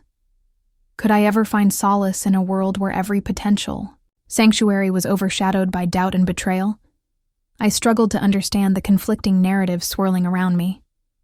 Rose, with her air of quiet defiance, seemed to represent a promise of freedom, an assertion of her right to shape her own destiny. Elijah, in contrast, embodied the rigid expectations of our world, the ancient lore that dictated who should belong to whom. And then there was Jonathan, whose gentle, steady presence offered a glimmer of hope, a chance for something different, something real. But with each fleeting glance, each stifled sigh, my heart grew heavier with uncertainty, and the conversation lingered in a delicate stalemate. I could almost feel the threads of destiny tightening around me. The unsaid questions. Why did Rose's arrival unsettle the delicate balance of my world? What secrets lay hidden in the silent exchange between Elijah and Jonathan? And most haunting of all, how would I ever reconcile the deep, aching loneliness that had defined me for so long with the promise of a mate who could truly understand and heal me? In that charged moment, as the hospital room seemed to shrink under the weight of our tangled emotions, I realized that my journey was far from over. The path ahead was shrouded in mystery, the promise of acceptance tempered by the looming specter of fate's cruel design. The unanswered questions hung in the air like a fragile mist, questions about loyalty, love, and the destiny that bound us all. And as I lay there, my heart pounding with a mix of hope and despair, I couldn't help but wonder, how will my true mate, if he truly exists, emerge from the tangled web of these relationships? And what will become of my destiny in a world where every connection is fraught with uncertainty and silent conflict? From the moment I first held Rain in my arms, I knew there was something more than just physical rescue at work. A silent promise that our souls were beginning to entwine in a dance of healing and desperation. In the quiet, near-empty corridor of the infirmary, away from prying eyes, I sensed the heavy burden of her pain, the raw wounds that no bandage could cover. I wanted nothing more than to ease that hurt, to make her feel cherished, if only for a little while. I remembered the way her eyes, dimmed by exhaustion and sorrow, had flickered with a tentative hope as she leaned into my embrace. There was an unspoken language in that moment, a silent plea for comfort, for someone to acknowledge her suffering. I couldn't bear to see her alone with her despair, so I moved closer, drawing her into the warmth of my presence. As I gently brushed a stray lock of dark hair from her tear-streaked face, my heart ached at the fragility before me. "Rain," I whispered, my voice low and earnest. "I'm here. I won't let you face this alone." The words were simple, but they carried every bit of the conviction I felt deep inside. I knew that comforting her meant crossing a line between duty and desire, between the roles of rescuer and something more. Yet in that tender hour, the world outside melted away, leaving only the two of us suspended in an intimate stillness. Unable to resist the pull of that moment any longer, I leaned in slowly, as if savoring each second. Our lips met in a kiss that was at once healing and desperate, a mingling of longing and solace. I felt her shudder against me, a soft tremor that spoke of both pain and tentative surrender. In that kiss, I poured all the unspoken words, my regret for the harshness of fate, my determination to shield her from further hurt, and a profound wish to help mend her broken spirit. The kiss was a symphony of sensations. I could taste the salt of her tears mingled with the lingering flavor of the antiseptic in the air. Her skin was cool against my cheek, contrasting sharply with the warmth spreading from our contact. In that sensory flood, time seemed to slow. Every heartbeat, every shallow breath we took together, deepened the bond in ways that words could never fully express. It was both a salve for her pain and a bittersweet acknowledgement of the dangerous intimacy we were forging. Even as I drew her closer, I could feel the tension in my own heart, a struggle between the need to comfort and the inherent risk of blurring the lines between protector and something more profound. My mind raced with the implications. Was this just a momentary lapse born of shared vulnerability, or was it the spark of a destiny that could redefine us both? I knew that stepping too far might compromise the very clarity we desperately needed to navigate our intertwined fates. In that fragile union, my thoughts drifted to the inevitable challenges that lay ahead. The whisper of our pasts, the unspoken rivalries, and the uncertain promises of our kind all loomed on the horizon. Yet, in the quiet intensity of our kiss, those concerns seemed to recede, replaced by a singular focus on the here and now, the tender solace that we shared in that desperate embrace. As we slowly parted, our foreheads resting together in a moment of vulnerable connection, I could see the conflict in her eyes. There was relief, yes, but also an undercurrent of apprehension, an unvoiced fear of what this intimacy might unravel. I reached out and gently caressed her cheek, seeking to reassure her even as I questioned the path we were now treading. "I wish I could promise that this will fix everything," I murmured, my voice catching with the weight of my own uncertainties. "But right now, let's just hold on to this moment." Her eyes, filled with a complex mix of gratitude and lingering sorrow, met mine. In that exchange, I sensed the stirring of something powerful, a connection that could either be our salvation or the harbinger of even deeper turmoil. The boundaries between us, once so clearly defined by duty and expectation, now blurred in the gentle glow of our shared vulnerability. And while that offered the promise of healing, it also carried a perilous charge, hinting at emotions that could change everything we thought we knew about ourselves. I couldn't help but wonder how this unexpected intimacy would ripple through our fates. Would this tender moment bind us together in a way that defied the rigid expectations of our world? Or would it unravel the delicate balance we so desperately needed to maintain? The thought lingered like a question mark suspended in midair, an unresolved mystery that both frightened and fascinated me. For now, as I held Rain close, I resolved to be her refuge, a steadfast presence in the midst of chaos. Yet deep down, I knew that our shared passion was only the beginning. The echoes of this kiss would carry forward, altering not just our relationship, but perhaps the very fabric of our destinies. In that quiet, charged moment, the future loomed uncertain and vast, a tapestry of hope, peril, and the unyielding promise of change. As our lips brushed again in a fleeting caress, the silence around us deepened, leaving me with one resounding, unspoken question. What cost will our healing demand? And can we truly escape the tangled web of fate that binds us? The corridor was hushed, as if the entire school was holding its breath, when I finally reached my breaking point. My body was still fragile from the earlier attack, and every ache in my limbs echoed the unspoken pain of rejection. But it was not just my wounds that ached. It was my heart, battered by years of longing and the sting of being unwanted by the one destiny had chosen for me. Standing at the threshold of a deserted hallway, I could no longer keep silent. Elijah's presence loomed in my thoughts like a dark specter, a constant reminder of the bond that was supposed to save me, but instead left me feeling abandoned and broken. I closed my eyes for a moment, gathering the tumult of emotions swirling inside me. The memory of his cool detachment, the pity in his eyes, and the unspoken cruelty of his indifference converged into a single burning resolve. I took a trembling breath and stepped forward into the open, my voice shaking as I finally confronted the phantom of my past. "Elijah!" I called out, though I knew he wasn't physically there. My words echoed down the empty hall, filled with all the frustration and sorrow that had built up over the years. "I'm done letting you control my fate." In that moment, every memory surged unbidden.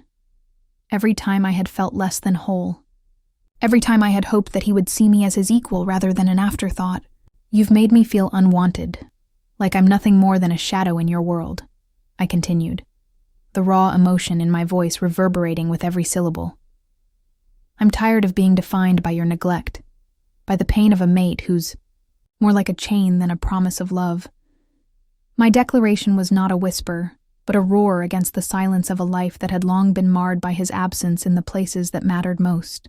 I could almost see him in my mind's eye, a figure shrouded in cold indifference, a symbol of every broken hope I'd ever had. "I reject you, Elijah," I said, my voice steadying as I spoke each word with fierce determination. "I reject not only you, but the past that has left me scarred and alone." For a long moment I stood there in the solitude of that corridor, letting the words settle over me like a mantle of defiance. In the depths of my mind, I replayed every instance where his absence had cut deeper than any physical wound, the echoes of whispered promises, the stolen glances, and the cruel silence had all converged into this singular moment of rebellion. It was as if I were reclaiming a part of myself that had been lost to the weight of his neglect. Jonathan's voice, soft yet insistent, broke through the torrent of my thoughts. "Rain, are you sure?" he asked, his tone a mixture of concern and cautious hope. But I had no need for his reassurance in that instant. My heart was speaking a truth that I could no longer deny, a truth that demanded to be set free. I turned to him, my eyes glistening with unshed tears and fierce resolve. "I have to," I replied, the sound of my own voice both bitter and liberating. "Every time I looked at you, every time I felt that pang of longing for a mate, it was always overshadowed by the emptiness you left behind.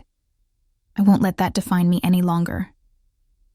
Inside, I could feel the tumult of relief and fear colliding. I had shattered the illusion that my worth was tied to the bond I was forced to share. In that moment, I was no longer the girl who had waited in vain for a love that never came. I was reclaiming my identity, demanding to be seen for who I truly was, a person deserving of genuine connection and warmth, not the cold, unyielding control of a destiny that had forsaken me. Yet, even as I spoke these words with conviction, a part of me trembled with the uncertainty of what lay ahead. I knew that rejecting Elijah wasn't merely a personal act. It was a challenge to the very order of our world. The repercussions of such a defiant act could be vast and unpredictable.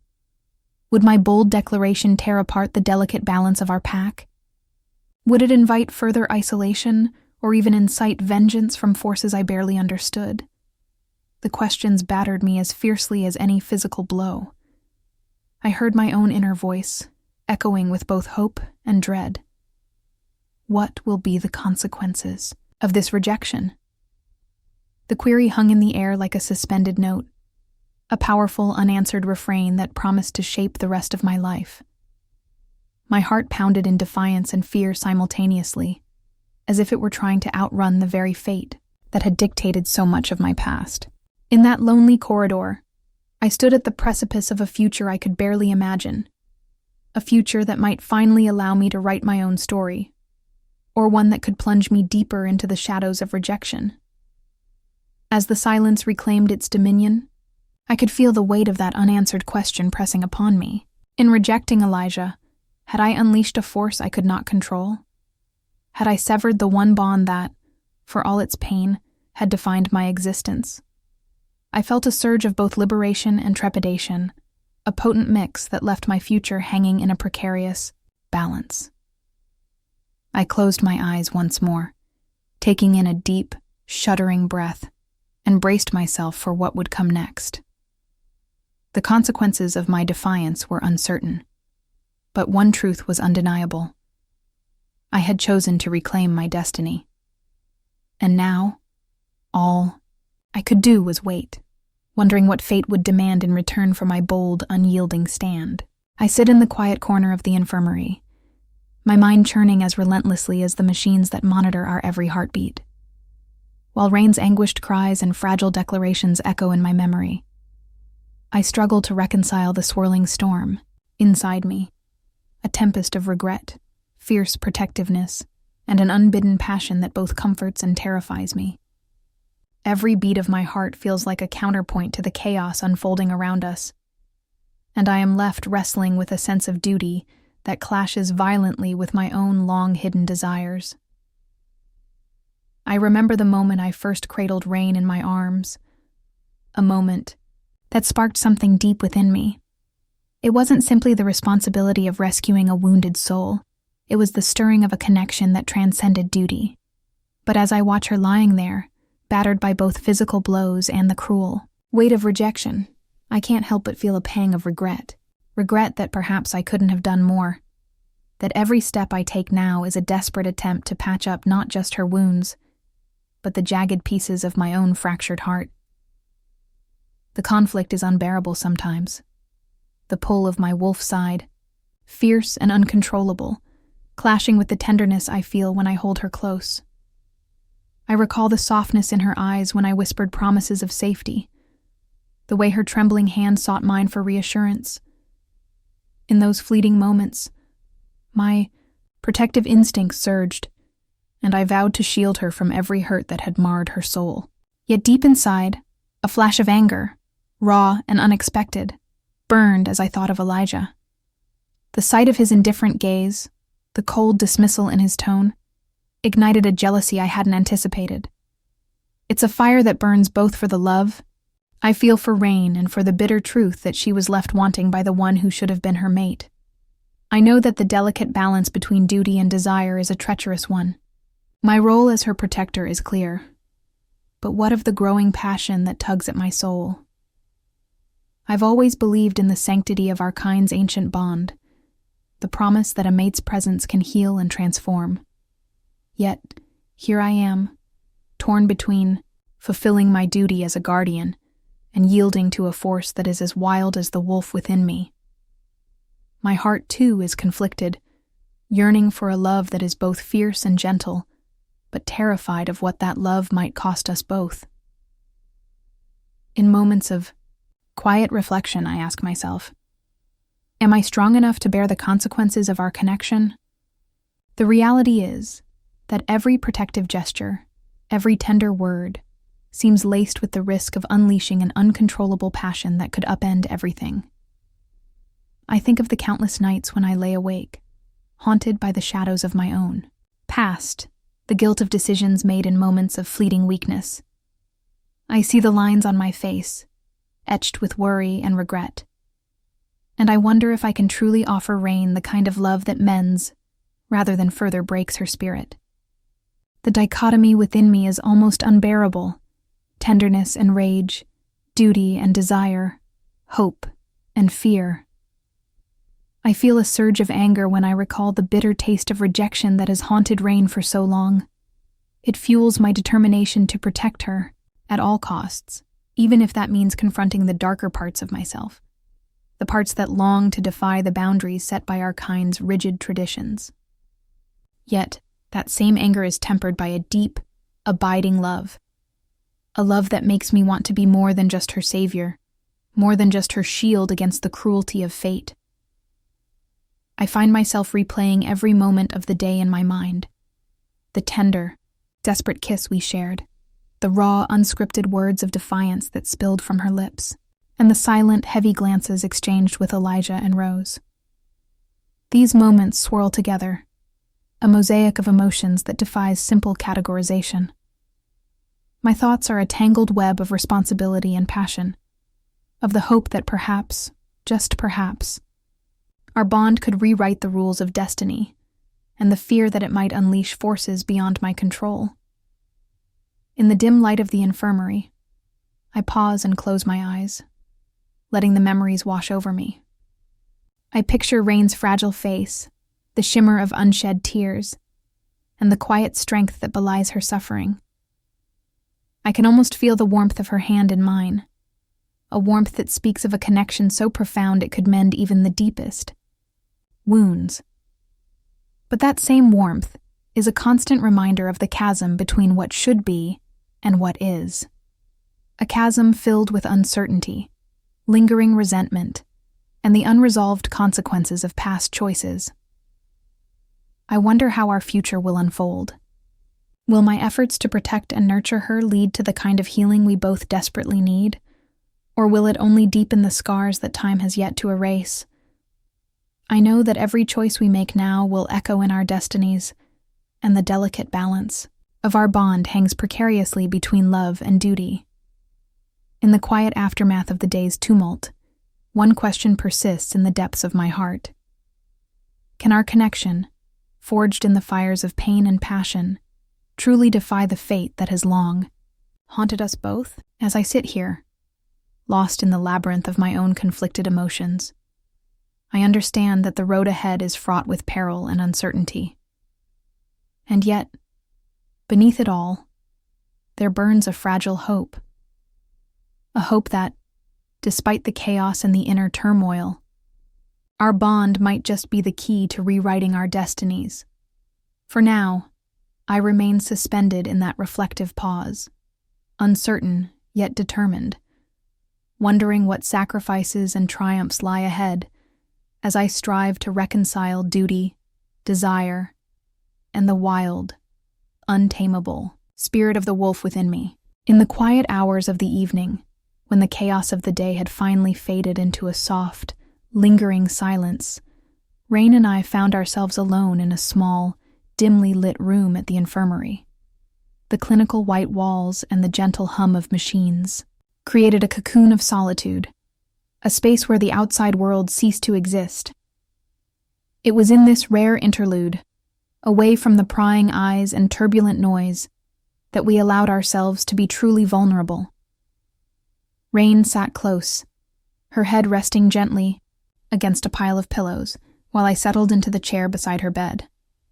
The soft glow from the bedside lamp cast tender shadows across her face, highlighting the quiet strength mingled with fragility in her eyes. For a long moment, we simply sat there, listening to the rhythmic beeps that seemed to echo the unspoken pulse of our hearts. "Do you ever wonder?" I began, my voice soft enough not to disturb the fragile peace. "If all our losses, everything we've endured, were meant to shape us into something new?" My question hung in the air, delicate and uncertain, as if testing the possibility of hope in the midst of pain. Rain's eyes shimmered with a depth of emotion that made my heart ache.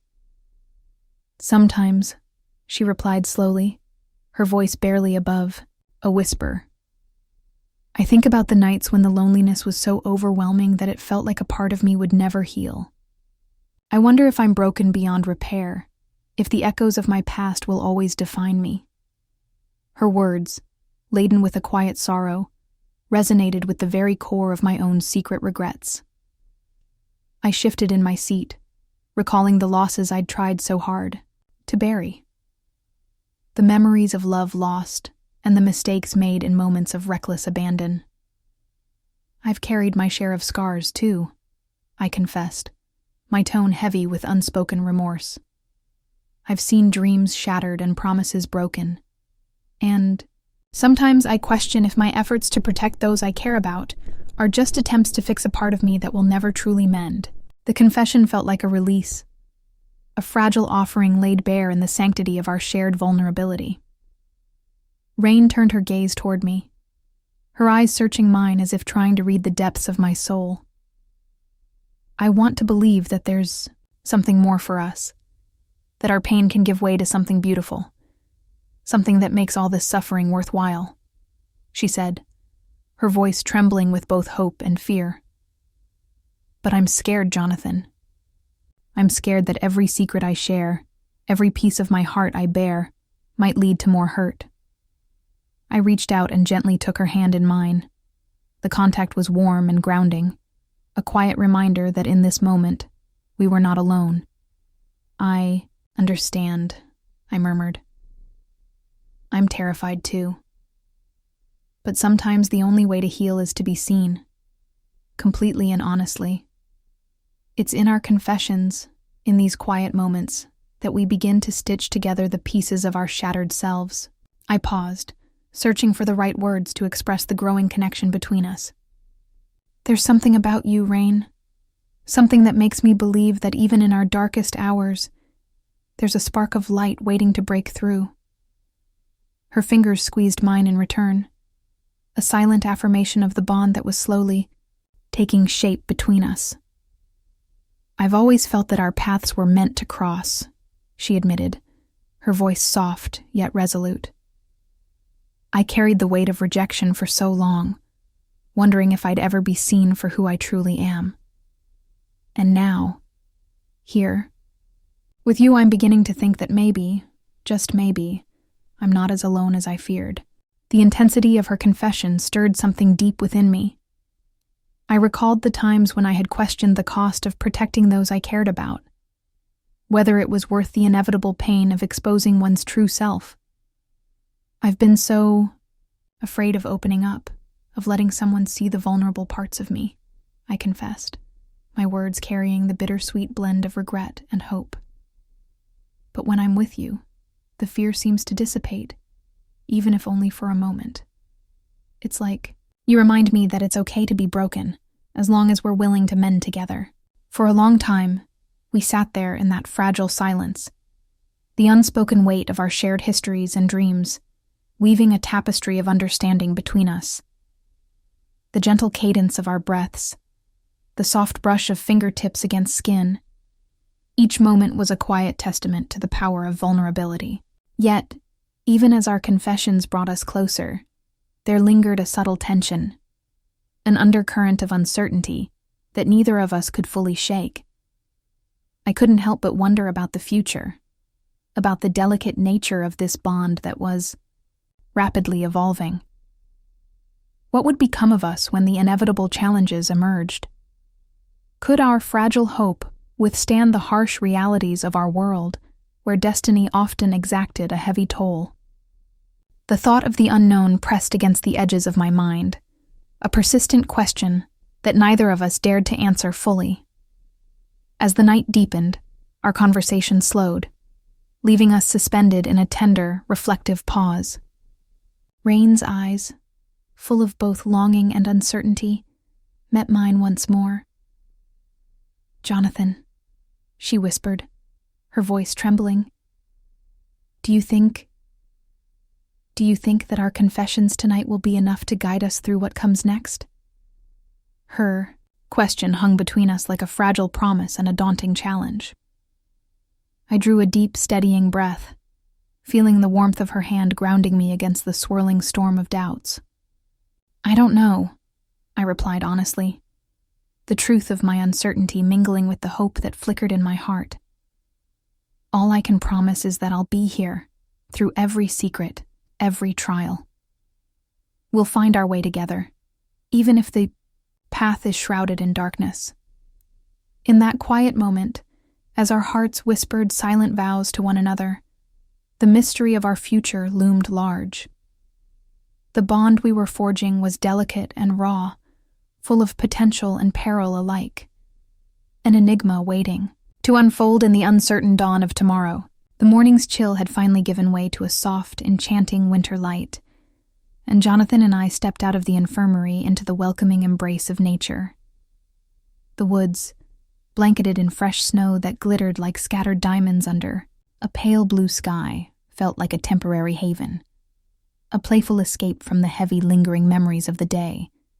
As we walked side by side along a narrow, winding path, the crunch of our boots in the snow became a gentle rhythm that allowed our troubled hearts to quiet for a while. For a brief moment, all the tension and raw emotion that had clouded our earlier hours seemed to dissolve into the crisp air. Jonathan's presence, usually so charged with the weight of duty and unspoken longing, now carried a mischievous glimmer in his eyes.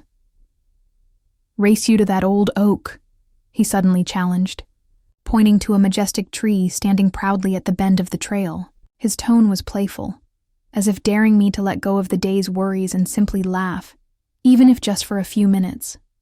I couldn't help but grin, feeling the corners of my mouth lift in genuine amusement. "You're on," I declared, letting the thrill of the challenge wash over me.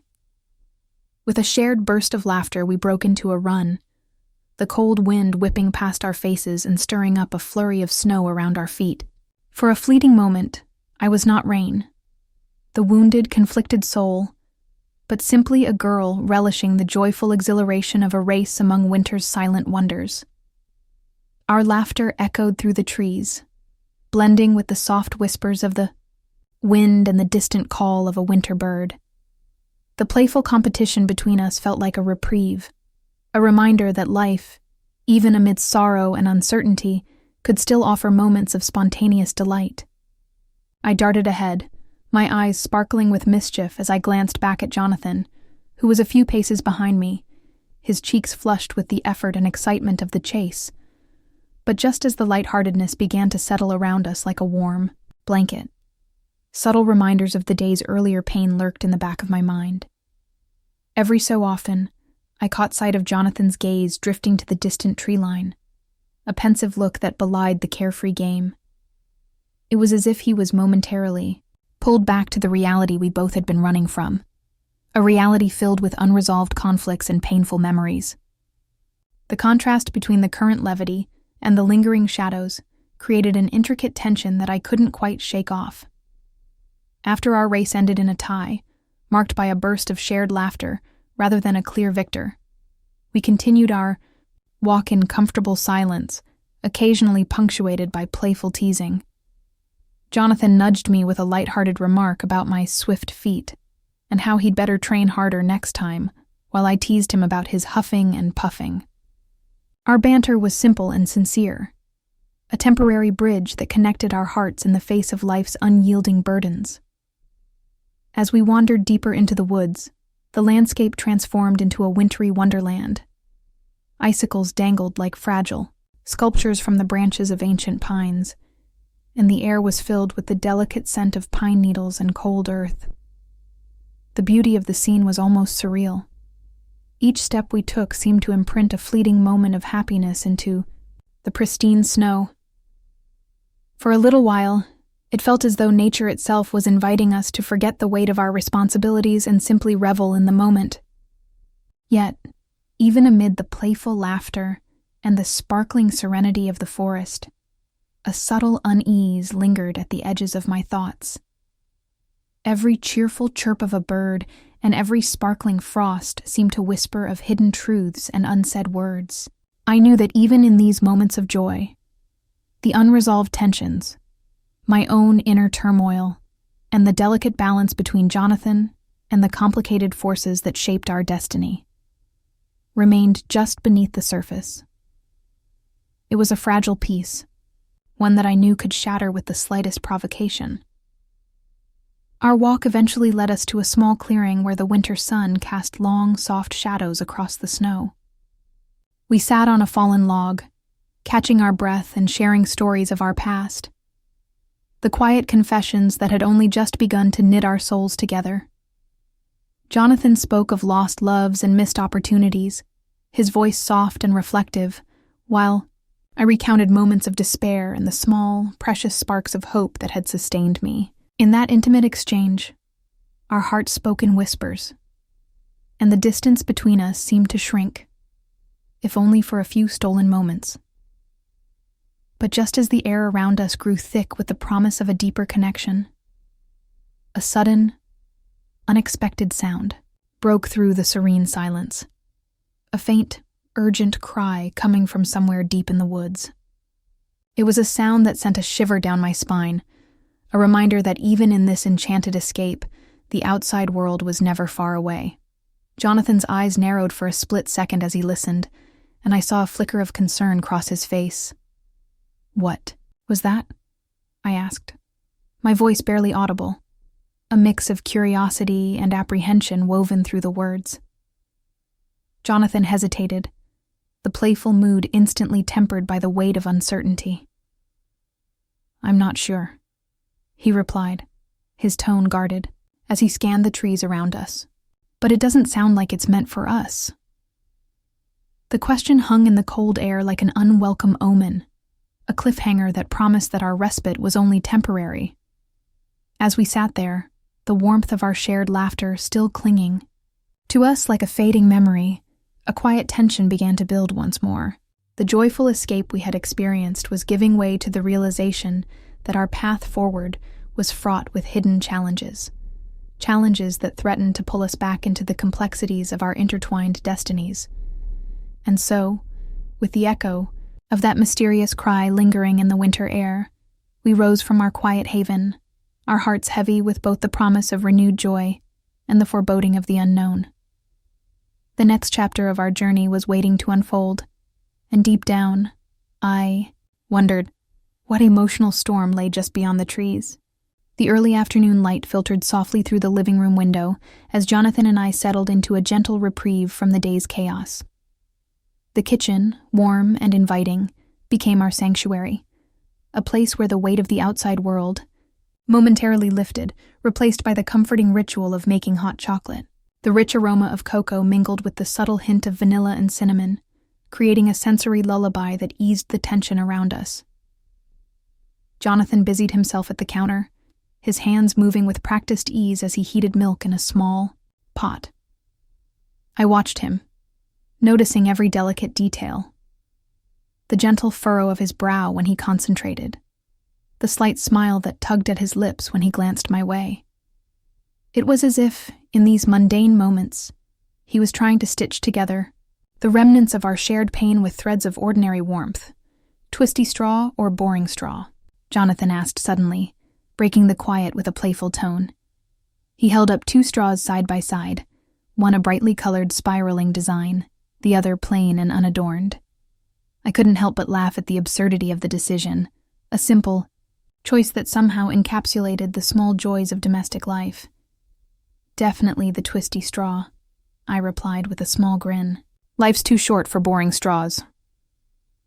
Our banter, light and teasing, allowed us to forget, if only for a moment, the tumultuous events of the day, the harsh words, the unhealed wounds, and the unspoken tensions with Elijah that still lingered at the edges of our minds. Jonathan poured the hot milk into 2 large mugs, the steam rising in delicate spirals that danced in the air. I watched as he drizzled in the cocoa syrup, his actions careful and deliberate, each movement infused with a tenderness that made my heart ache with both gratitude and a bittersweet longing. He handed me my mug, our fingers brushing lightly in the exchange. And for a moment, the simple contact felt like a promise, a small pledge of solace amid the uncertainties of our intertwined fates. We sat at the small kitchen table, its surface scarred with years of shared meals and quiet conversations. The soft clink of the mugs and the gentle hum of the refrigerator filled the space, a quiet symphony that grounded us. Jonathan took a slow sip from his mug, the taste of rich chocolate and creamy milk mingling on his tongue, while I closed my eyes to savor the comforting warmth. The twisty straw curled playfully in my mug, a tiny detail that brought a spark of childish delight to an otherwise heavy day. As we talked, the conversation meandered from light teasing to deeper confessions. Jonathan's eyes, warm and earnest, searched mine as he spoke quietly about the struggles he'd faced, losses that had left scars not immediately visible but deeply felt. I found myself opening up in turn, revealing vulnerabilities I had long kept hidden behind a mask of quiet strength. It was in those intimate exchanges that I sensed our bond growing stronger, a delicate truce forged in the shared language of pain and hope. Yet, even in this haven of domestic comfort, a shadow of unresolved tension loomed. The memory of Elijah, his indifferent gaze, his cold dismissal, hovered at the edges of our conversation, unspoken but palpable. Every time I laughed or smiled, I could almost feel a chill reminding me of the painful past, the bond that should have healed me but instead left me feeling unwanted. Jonathan's hand would squeeze mine ever so slightly, a silent signal that he understood the lingering ache, the undercurrent of conflict that refused to dissipate entirely. Despite the tender ambiance, my mind could not fully let go of the past. I wondered if our efforts to reclaim a piece of normalcy could ever truly erase the echoes of rejection and the ghost of unresolved destiny. Jonathan, sensing my brief lapse into melancholy, offered a gentle, reassuring smile. "We'll find a way to move past this," he murmured, his voice soft but determined. "For now, let's enjoy this moment. Sometimes these small escapes are all we have." I nodded, taking another sip of my hot chocolate and letting the warmth spread through me. The taste was comforting, yet each sip carried the bittersweet reminder that our peace might be fleeting.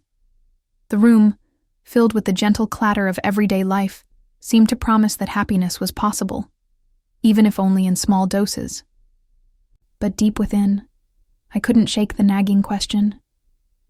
Could this brief respite last, or was it merely a calm before the storm, a temporary lull before the next wave of emotional challenges washed over us? As we sat there, lost in the soft glow of the afternoon, the conversation turned quieter, more reflective. Our shared stories wove together into a tapestry of hope and sorrow, each thread fragile yet resilient. I could see the lines of worry and tenderness on Jonathan's face, and I knew he carried his own burdens, losses and regrets that paralleled my own. In that shared silence, the weight of our pasts and the promise of our future mingled in a Delicate balance. The moment was tender, fragile, and laced with an unspoken suspense. Just as I began to believe that perhaps, in these quiet, domestic moments, we could forge a new beginning, the distant sound of a car engine outside shattered our peace. It was a mundane noise, yet it jolted us both, a reminder that the outside world and all its unresolved conflicts was never far away.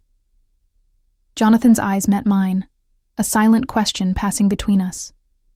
In that brief, charged moment, I couldn't help but wonder, how long could this fragile peace hold, and what would be the cost when the next chapter of our tangled destinies unfolded? In the dim light of the late afternoon, the tension in the room was palpable as I gathered the courage to confront the tangled threads of our relationships. I sat at the edge of the worn couch in the common room of the pack house, my hands trembling as they gripped a faded cushion. Across from me, Jonathan and Elijah exchanged wary glances. The air was heavy with unspoken grievances and the burden of expectations. Each of us trapped in roles we'd outgrown, yet unable to break free. "Enough," I began, my voice firm yet laced with vulnerability. "I need clarity. I deserve to know where I stand with both of you." My words sliced through the silence like a clarion call. Every second that had passed since that turbulent day in the infirmary had only deepened my resolve. I was tired of the half-truths and the shadows that loomed over us. It was time to redefine our bonds. Bonds that were supposed to be rooted in truth, not in obligation or fear. Jonathan's eyes softened, a mix of regret and determination flashing across his face. "Rain," he said, his tone measured and earnest. "I've been trying to protect you, trying to be the support you need. I care for you deeply, more than I ever thought possible. But I know my actions have confused you." His words carried a weight that resonated with every ache in my heart. I nodded, feeling the vulnerability of the moment, yet also the fierce necessity of confronting these lingering conflicts. Elijah, who had remained silent for too long, finally spoke. "Rain," he said, his voice surprisingly calm for someone. "I once considered my destined mate.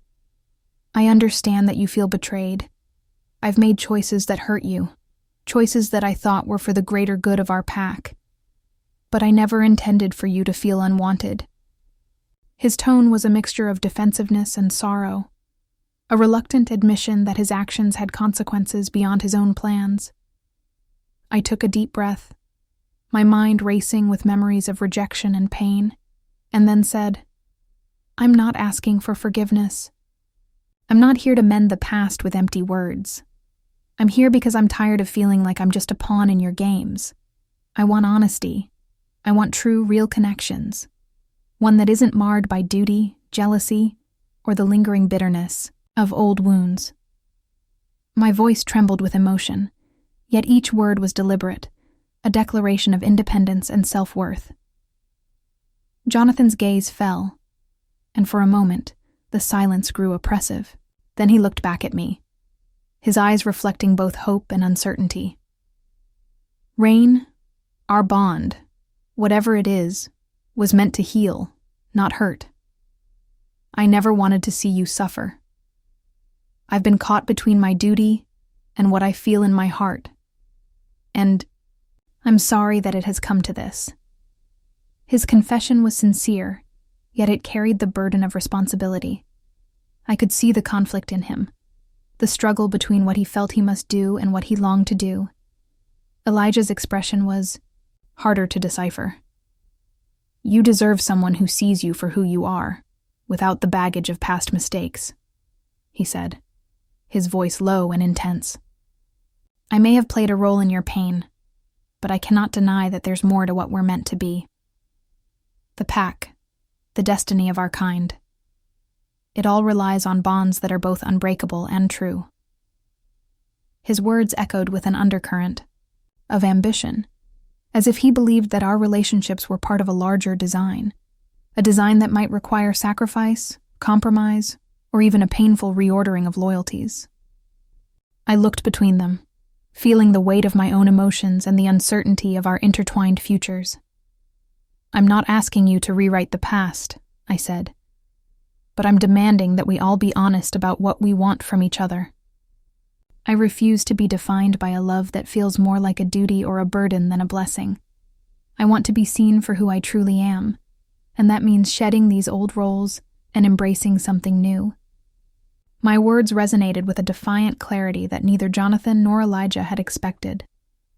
For a long, silent moment, the only sound was the faint hum of the pack house around us, a reminder of the life we all shared, yet one that now seemed fractured by our unresolved conflicts. Jonathan's eyes flickered with a mix of pain and understanding, while Elijah's gaze remained guarded, as if weighing the risk of revealing too much. "I don't know if we can salvage what we once believed our future would be," I admitted, quietly, "but I do know that I can't continue living in a state of half-truths and hidden resentments. We need to redefine our relationships, start fresh with honesty, even if it means facing hard truths." My voice wavered, but my resolve was unwavering. Jonathan's hand reached out, almost tentatively, as if to bridge the distance between our conflicted hearts. "Rain," he said softly, "I want to be there for you. Truly. Honestly. But can we really let go of everything that's held us back? Can we dismantle these old bonds and rebuild something that's genuine?" Elijah's gaze hardened momentarily, and then, almost reluctantly, he nodded. "I cannot promise that I won't be tempted by the old ways, by what's familiar, but if we are to move forward, we must all be willing to face the consequences of our choices. The future of our pack depends on bonds that are true and unyielding." As the weight of our words settled into the stillness of the room, a lingering question began to echo in my mind, a question that held the fate of our future in its uncertain grasp. Can the shattered pieces of our past be forged into a new bond, strong enough to save not only us, but the very future of our pack? The night deepened around us as we finally found a quiet corner in the pack house, a sanctuary where the chaos of our past conflicts could momentarily be set aside. In the flickering glow of a solitary lamp, I could feel the tension in the air thicken into something almost tangible. Rain sat across from me on an old plush sofa, her eyes luminous with vulnerability and a spark of resolve that made my heart tremble. Tonight, everything that had been building between us, those long unspoken moments filled with both longing and uncertainty, was ready to burst forth. I took a deep breath, trying to steady the turbulent emotions swirling within me. For so long, I had been caught between duty and desire, burdened by the weight of my own hesitations and regrets. But now, looking at Rain, I saw in her a mirror of my own hopes, a reflection of a future where our souls could finally be free of the chains of expectation. The warmth in her eyes was like a promise, a silent plea for connection that I could no longer ignore. "Rain," I began softly, my voice trembling with both uncertainty and passion. "We've been dancing around our feelings for too long. I need to know that you truly feel it, that you believe we can find something real amid all this turmoil." My words were clumsy, laden with the raw intensity of emotions I'd suppressed for far too long. I could feel my heart pounding against my chest, echoing the rapid beats of a drum, urging me to bear everything inside. Rain's eyes glistened, and for a moment, the room seemed to shrink around us, focusing every fiber of our beings on this singular defining moment. "Jonathan," she whispered, her voice quivering with the weight of unspoken pain and hope.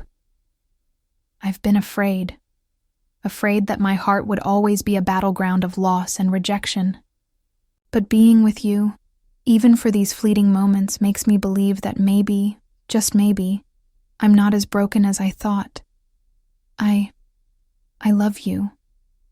Her confession burst forth like a tidal wave, raw and undeniable, a stark contrast to the guarded silence that had defined my world for so long. For an instant, Time stood still. Every heartbeat, every inhaled breath, resonated with a profound catharsis. I could feel the surge of emotions, excitement mingled with doubt, hope intertwined with regret as her words echoed deep within me. I had longed for this moment, yet the enormity of it almost left me breathless. The intensity of her declaration was overwhelming. It shattered the barriers I had built around myself, walls meant to keep out the pain of vulnerability. "Rain," I murmured, struggling to find the right words to convey the tumult of feelings roiling inside me. "Your love, it changes everything. I've spent so many nights haunted by the ghosts of my past and by the mistakes I can't undo. I've tried to protect you, to be the shield against a fate that seemed as cold as it was relentless. But your confession, it opens a door I thought was forever closed." My voice wavered as I continued. "I love you too. I promise I will do everything in my power to help us find a way forward. Together." There was a tremor in my tone, a mixture of determination and lingering fear. I knew that our path wouldn't be simple. Our lives were woven with complexities that neither time nor tenderness could easily erase. Yet, in that moment, all the external conflicts and internal battles seemed to recede, leaving only the purity of our connection. The room filled with an unspoken understanding, a mutual promise that even though the road ahead would be fraught with challenges, our hearts were now irrevocably entwined. Rain's hand reached out and covered mine, her touch soft and warm, an anchor grounding me amidst the flood of emotions. "I know it won't be easy," she said quietly, her eyes searching mine for reassurance. "But I believe in us. I believe that our love can heal the wounds we've both suffered, even if it means facing more hardships along the way." Her words, tender and honest, resonated deeply within me. I could see the scars of our past in the way she held herself, and I vowed silently that I would do whatever it took to protect that fragile hope we'd ignited. As I squeezed her hand, gently, I found the strength to voice the promise that had been building in the recesses of my heart. "Rain, I commit to you," I declared, my voice gaining a steady firmness. "I commit to walking this path with you, to facing our demons, and to cherishing every moment of light that we find together. We may have shadows lingering in the corners of our lives, old wounds, past mistakes, the ever-looming uncertainties of our destiny. But I promise to fight for the love that we share. We will find a way to mend our hearts, even if it means defying fate itself." In that charged silence, our eyes locked, two souls daring to dream of a future unburdened by the weight of old scars. Yet, as the intensity of our shared confession settled over us, a quiet unease lingered in the back of my mind. I couldn't help but wonder, what challenges would our newfound commitment invite? Could the echoes of our past and the unresolved conflicts that still swirled around us threaten the tender sanctuary we had just built? Even as I spoke these words, a part of me trembled at the thought of the road ahead, a road that promised both wonder and uncertainty. But for that moment, enveloped in the glow of mutual love and fragile hope, we stood united against the encroaching dark. Our declaration was not an end, but the beginning of a new chapter, one where every heartbeat was a promise, and every shared glance a step toward healing, even as the shadows of our past whispered of battles yet to come. Elijah sat alone in the quiet of his room, the fading light of dusk casting long, melancholic shadows across the floor. Every corner of the space seemed to echo with memories he wished he could forget, memories of a connection that once promised. Everything but now left him with a hollow ache. His mind replayed the moments with Rain, each memory a bittersweet reminder of what he had lost. In the stillness, he could still see her eyes, soft yet filled with an intense longing, a vulnerability that had cut him deeper than any harsh word or physical blow ever could. Rain's passion, her desperate desire to be seen and loved, haunted him. It was as if she had bared her soul for him, and in his silence, He had let that gift slip away. Now, her absence reverberated in every quiet beat of his heart, a constant reminder of his failure to cherish what was so precious. He closed his eyes, recalling the delicate curve of her smile, the way her laughter used to light up even the darkest moments. Yet in his memory, her smile was now tinged with sorrow, a reflection of the loneliness and pain that had been etched into her being. Elijah's heart ached with regret as he realized that his actions had contributed to that sorrow. He had been so focused on his own ambitions, so consumed by the rigid expectations of our kind, that he had failed to see the simple truth. Love was not a duty to be enforced, but a gift to be nurtured. A wave of remorse washed over him as he contemplated the moments when he had dismissed her with a cold detachment. In those fleeting instants, when his eyes had hardened and his words had been laced with indifference, he had betrayed not only Rain, but also a part of himself. He had let his instincts, his pride, and the weight of ancient traditions override the quiet, undeniable call of his heart. Now, every thought of Rain was a painful lesson in what might have been. A path diverged, a future that could have been filled with tenderness instead of regret. He remembered the day she had spoken those fateful words, her declaration of love, a declaration that had struck him like a sudden searing light in the darkness of his soul. "I love you," she had whispered, her voice trembling with vulnerability and hope. And for a moment, he had been lost in the depth of that promise. But instead of embracing that promise, he had allowed his doubts and his old, unyielding ways to cast a shadow over what might have been a beautiful beginning. Now, the words echoed in his mind, a constant refrain that underscored the gulf between what his instincts had dictated and what his heart truly yearned for. In the silence of his solitude, Elijah's internal battle raged on. There was an undeniable pull between his predatory nature, the raw, instinctual drive that had defined so much of his existence, and the soft, human regret that now seemed to consume him. Every beat of his heart was a reminder of the tender moments he had let slip away, moments when he could have offered Rain the protection, the warmth, and the genuine affection she deserved.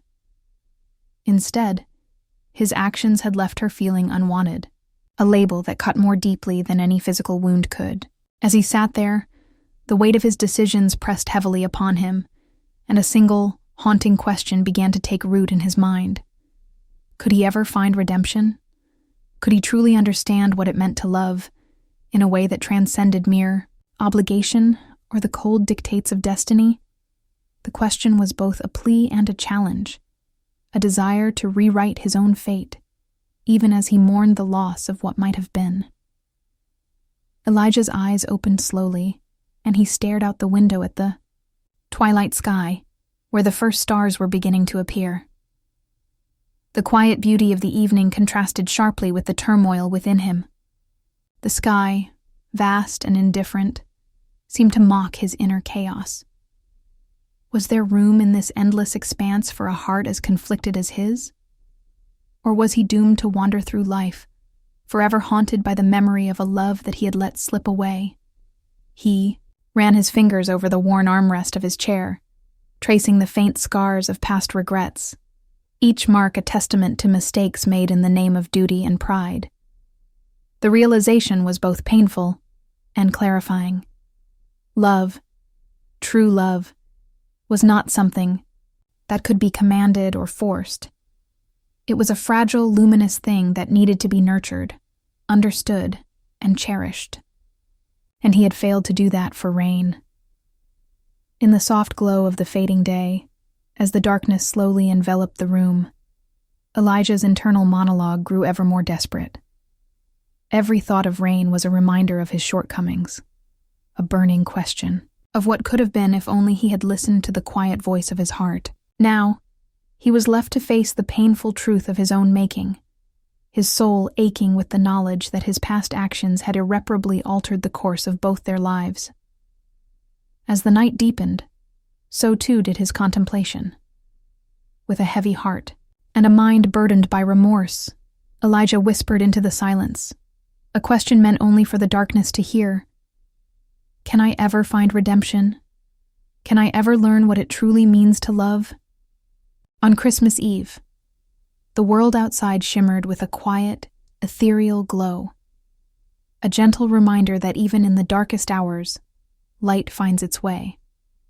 Inside my small room, lit by the soft twinkle of fairy lights and the subtle warmth of a crackling fire in the hearth, I sat at my drawing desk, lost in a world of muted colors and delicate lines. Tonight, I was finishing a wolf drawing for Jonathan, a symbolic tribute to our shared journey and the fragile hope that had begun to blossom between us. Each stroke of my pencil felt like an intimate confession, a weaving of both my dreams and my lingering doubts onto paper.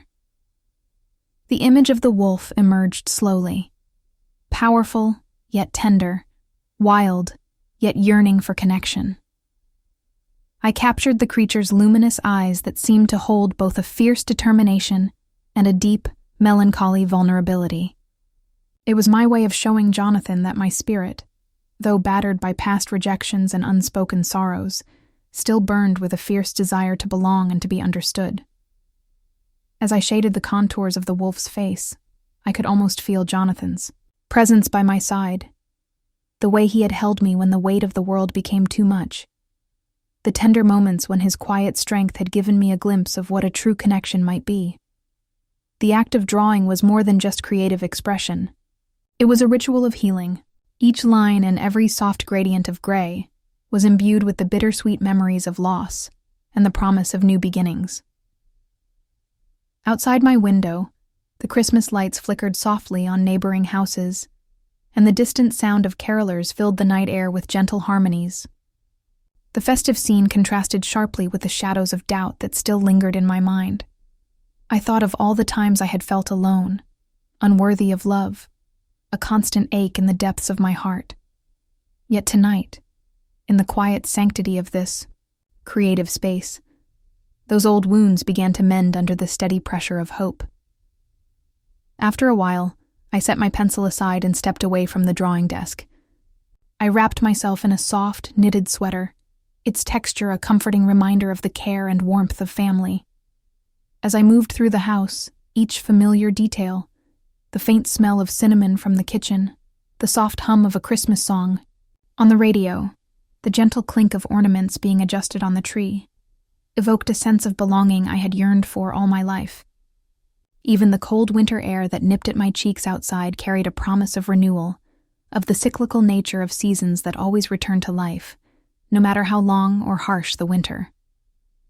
In the living room, Jonathan was setting out a simple Christmas feast, his every movement deliberate and tender.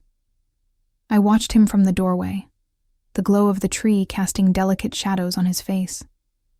There was something deeply comforting about the way he handled each task, as if every plate and every cup was a small piece of a larger, loving mosaic that we were slowly building together. For a brief moment, all the unresolved tensions and haunting doubts were pushed aside by the simple beauty of domesticity, a shared meal, the soft murmur of conversation, and the warmth of being together in a space that felt like home. We exchanged small smiles and quiet nods, our eyes speaking a language of mutual understanding. Yet, even as laughter and the soft clinking of cutlery filled the room, a subtle undercurrent of uncertainty remained.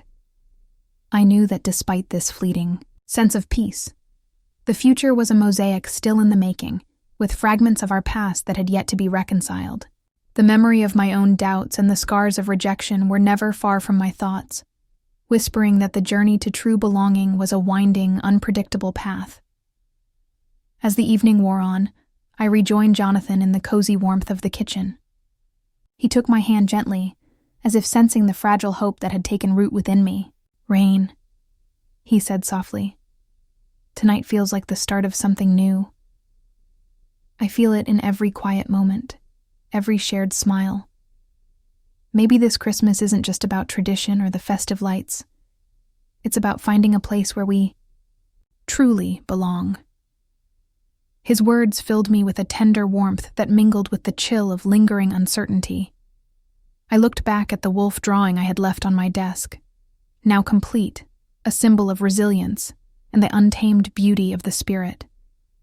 In that drawing, I saw not only the fierce creature, but also the reflection of our intertwined paths, one marked by loss, but also illuminated by the promise of redemption and love.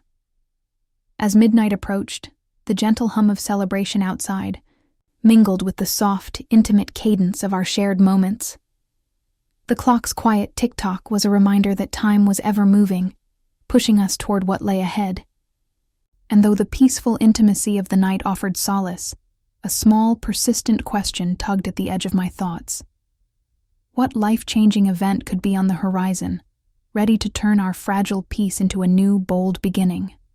In that suspended moment, as I gazed into Jonathan's eyes, I sensed the answer was near, an answer that would redefine our fates and forever alter the course of our lives. The promise of new beginnings shimmered like the first light of dawn, and though uncertainty still danced on the periphery, I felt with a tender certainty that this Christmas Eve was merely the quiet prologue to a future filled with transformative change. Under a sky painted with the deep hues of twilight, the night of the Luna ceremony arrived. A night when destiny itself seemed to tremble with anticipation. I stood at the edge of the ceremonial clearing, heart pounding like a war drum, as the pack gathered in a solemn circle beneath ancient, towering trees.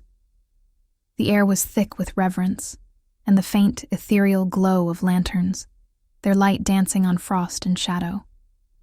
Every detail, from the crisp scent of pine to the quiet murmur of incantations, spoke of a ritual older than time itself. I could feel the weight of tradition pressing upon me, the expectations of our ancestors, the unyielding rules that defined our kind. Tonight, I was to become Luna, the spiritual counterpart of the Alpha, a beacon of hope and strength for our pack. Yet, as I looked into the eyes of those gathered, I couldn't help but feel the stirring of fear, the dread of what this transformation might demand of me. My hands trembled as I clutched the ceremonial talisman, a relic passed down through generations, imbued with the wisdom and burdens of those who had come before. Jonathan stood by my side, his presence a constant source of calm amid the storm of my emotions. His hand rested gently on my shoulder, a silent promise of support and intimacy that transcended the ritual itself. In the quiet moments before the ceremony began, his eyes met mine with an intensity that made my heart both soar and shudder. There was a shared understanding between us, a recognition that our bond was not just born of fate, but of the courage to face a future fraught with uncertainty and transformation. The high priest stepped forward, his voice resonant and commanding as he began the sacred rite. Every word he spoke was imbued with the ancient magic of our lineage, a call to the spirits of our forebears to bear witness to this pivotal moment. I listened, mesmerized by the cadence of his incantations, each syllable echoing in the silent, clearing. The ceremony was a symphony of tradition, a delicate balance of light and shadow, love and loss, duty and desire. As the ritual progressed, the tension within me grew palpable. I could feel the energy of the pack swirling around us, a swirling vortex of emotions, expectations, and unspoken histories.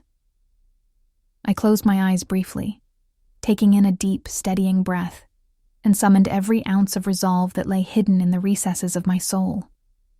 This was my destiny, whether I was ready or not, and it was up to me to embrace it with all its fierce, transformative power. The moment of transformation came swiftly, a crescendo in the symphony of the ceremony. The high priest motioned for me to step forward into the center of the circle. The chill of the night air kissed my skin as I moved toward that sacred space, my pulse echoing like a drum in my ears. The talisman in my hand began to glow with a soft, otherworldly light, its radiance pulsing in time with my own heartbeat. I felt the presence of my ancestors, their spirits whispering encouragement and caution in equal measure. Jonathan's gaze, steady and unwavering, filled me with a bittersweet blend of comfort and longing. In that electrifying moment, as the talisman's light enveloped me, I felt an intense intimacy, a merging of the physical and the spiritual that defied description. My soul seemed to stir, awakening to the ancient power that had been dormant within me. Every cell, every heartbeat, surged with a new, fierce vitality. I could feel the transformative energy coursing through my veins, a wild, liberating force that both exhilarated and terrified me. Though fear still lingered in the quiet corners of my mind, I found a resolute strength rising within. I whispered silent prayers of gratitude to the spirits, and in that sacred space, I vowed to honor my new role as Luna, to be a beacon of hope, a guardian of the pack's future, and a symbol of resilience amid adversity. I embraced the transformative power, letting it reshape not only my destiny, but also the depths of my being. As the final incantation faded into the night, a hushed stillness fell over the clearing. I stood there, a new woman forged in the crucible of ancient tradition, with a triumphant glow mingled with the uncertainty of what lay ahead. My eyes met Jonathan's once more, and in that look, there was a silent understanding. Our journey was only beginning. The triumph of this moment was undeniable, yet the future remained a tapestry of possibilities, both wondrous and perilous. In that suspended moment of triumph and introspection, I could only wonder, what challenges would this new power demand, and could I ever truly master the delicate balance between destiny and desire? The night whispered promises and warnings alike, leaving the path ahead shrouded in mystery and the inevitable trials of love and loyalty. 2 years later, the world seemed to have softened around the edges, a gentle glow that echoed the warmth that now filled my life. I often sit by the window of our cozy home, watching the snow gently settle on the ground outside, and I marvel at how far we've come. Jonathan and I built a life together, one that blossomed from the painful, tumultuous days of heartbreak and rejection into a sanctuary of love, growth, and family. Our home, a modest house nestled on the edge of a quiet town, is alive with laughter and the playful patter of little paws. Our adopted pups, 2 energetic twins with bright eyes and boundless curiosity, have filled the halls with joy and mischief. Their exuberance, echoing the wild spirit of our kind, reminds me daily that hope can flourish even after the harshest winters of the heart. As I cradle one of them in my arms, I often reflect on the long, winding journey that led me here. A journey marked by pain, transformation, and ultimately, profound acceptance. I remember the days when every heartbeat was a reminder of loss and rejection. I had felt unwanted, as though I were a ghost wandering through life, forever seeking a bond that never seemed to arrive. But then, through the unexpected tender rescue by Jonathan, I began to learn that true love isn't something that simply appears. It must be nurtured, fought for, and allowed to blossom in its own time. With Jonathan by my side, I discovered that even the deepest wounds could heal when given the chance to be filled with compassion and mutual understanding. In the quiet of the evenings, when the house falls into a gentle hush, and the only sound is the soft snores of our sleeping pups, I find myself lost in thought. I recall the stormy days of my past, the moments when rejection had felt like a weight I could never bear, when every promise of destiny had been tarnished by loneliness. Those memories, though still present, have transformed into stepping stones rather than stumbling blocks. They remind me that every tear, every scar, was part of the process that brought me to this place of peace and belonging. Family, I've come to understand, is not solely defined by blood or tradition. It is found in the quiet smiles shared over a cup of hot cocoa on cold nights, in the gentle touch of a hand when words fail, and in the unwavering commitment to support one another through every challenge. Jonathan's steadfast love has shown me that family is a living, breathing thing, a tapestry woven from shared dreams, forgiveness, and the promise of new beginnings. His unwavering support during my darkest hours became the light that guided me toward a future filled with hope. Together, we've built a life that defies the rigid expectations of our past. We've chosen our own path, one where love is measured not by duty or tradition, but by the genuine warmth that radiates from our hearts. The journey wasn't easy. Old wounds still whispered in the quiet moments, and the shadows of our past occasionally flared in unexpected ways. Yet, every trial only strengthened our bond, teaching us that true love isn't flawless. It's resilient, compassionate, and ever-evolving. Now, as I watch the gentle snowfall outside our window, I'm reminded of the transformative power of time and love. Each flake that drifts softly to the ground is like a small miracle, a promise that even the harshest winter can yield to a peaceful, hopeful spring. I smile as I listen to the playful barks of our pups and the soft murmur of Jonathan's voice recounting stories of our early days together. Those stories, filled with both laughter and tears, have become the foundation upon which we continue to build our future. I close my eyes and let the memories wash over me, a gentle cascade of moments that have shaped who I am today. I see the fraught beginnings, the moments of desperate pleading and raw vulnerability, and then the profound, life-affirming embrace of love that pulled me from the depths of despair. My heart swells with gratitude for every experience, every painful lesson that ultimately led me to this place of joy and acceptance. In this quiet moment of reflection, I understand that destiny is not a fixed path. It is a canvas on which we paint our own future, stroke by delicate stroke. I have learned that our worth is not determined by the love we're denied, but by the love we cultivate within ourselves and share with others. And as I sit here, embraced by the gentle hum of domestic bliss and the promise of tomorrow, I know that no matter what challenges lie ahead, we will face them together. So tonight, under the soft glow of our humble home and the gentle whisper of falling snow, I feel an overwhelming sense of peace. I am not defined by the pain of the past, but empowered by the love that now surrounds me. And as I watch the stars emerge one by one in the velvet sky, I hold on to a quiet, unwavering hope. Hope that, in every heartache, there lies the seed of a new beginning, waiting to bloom in its own time.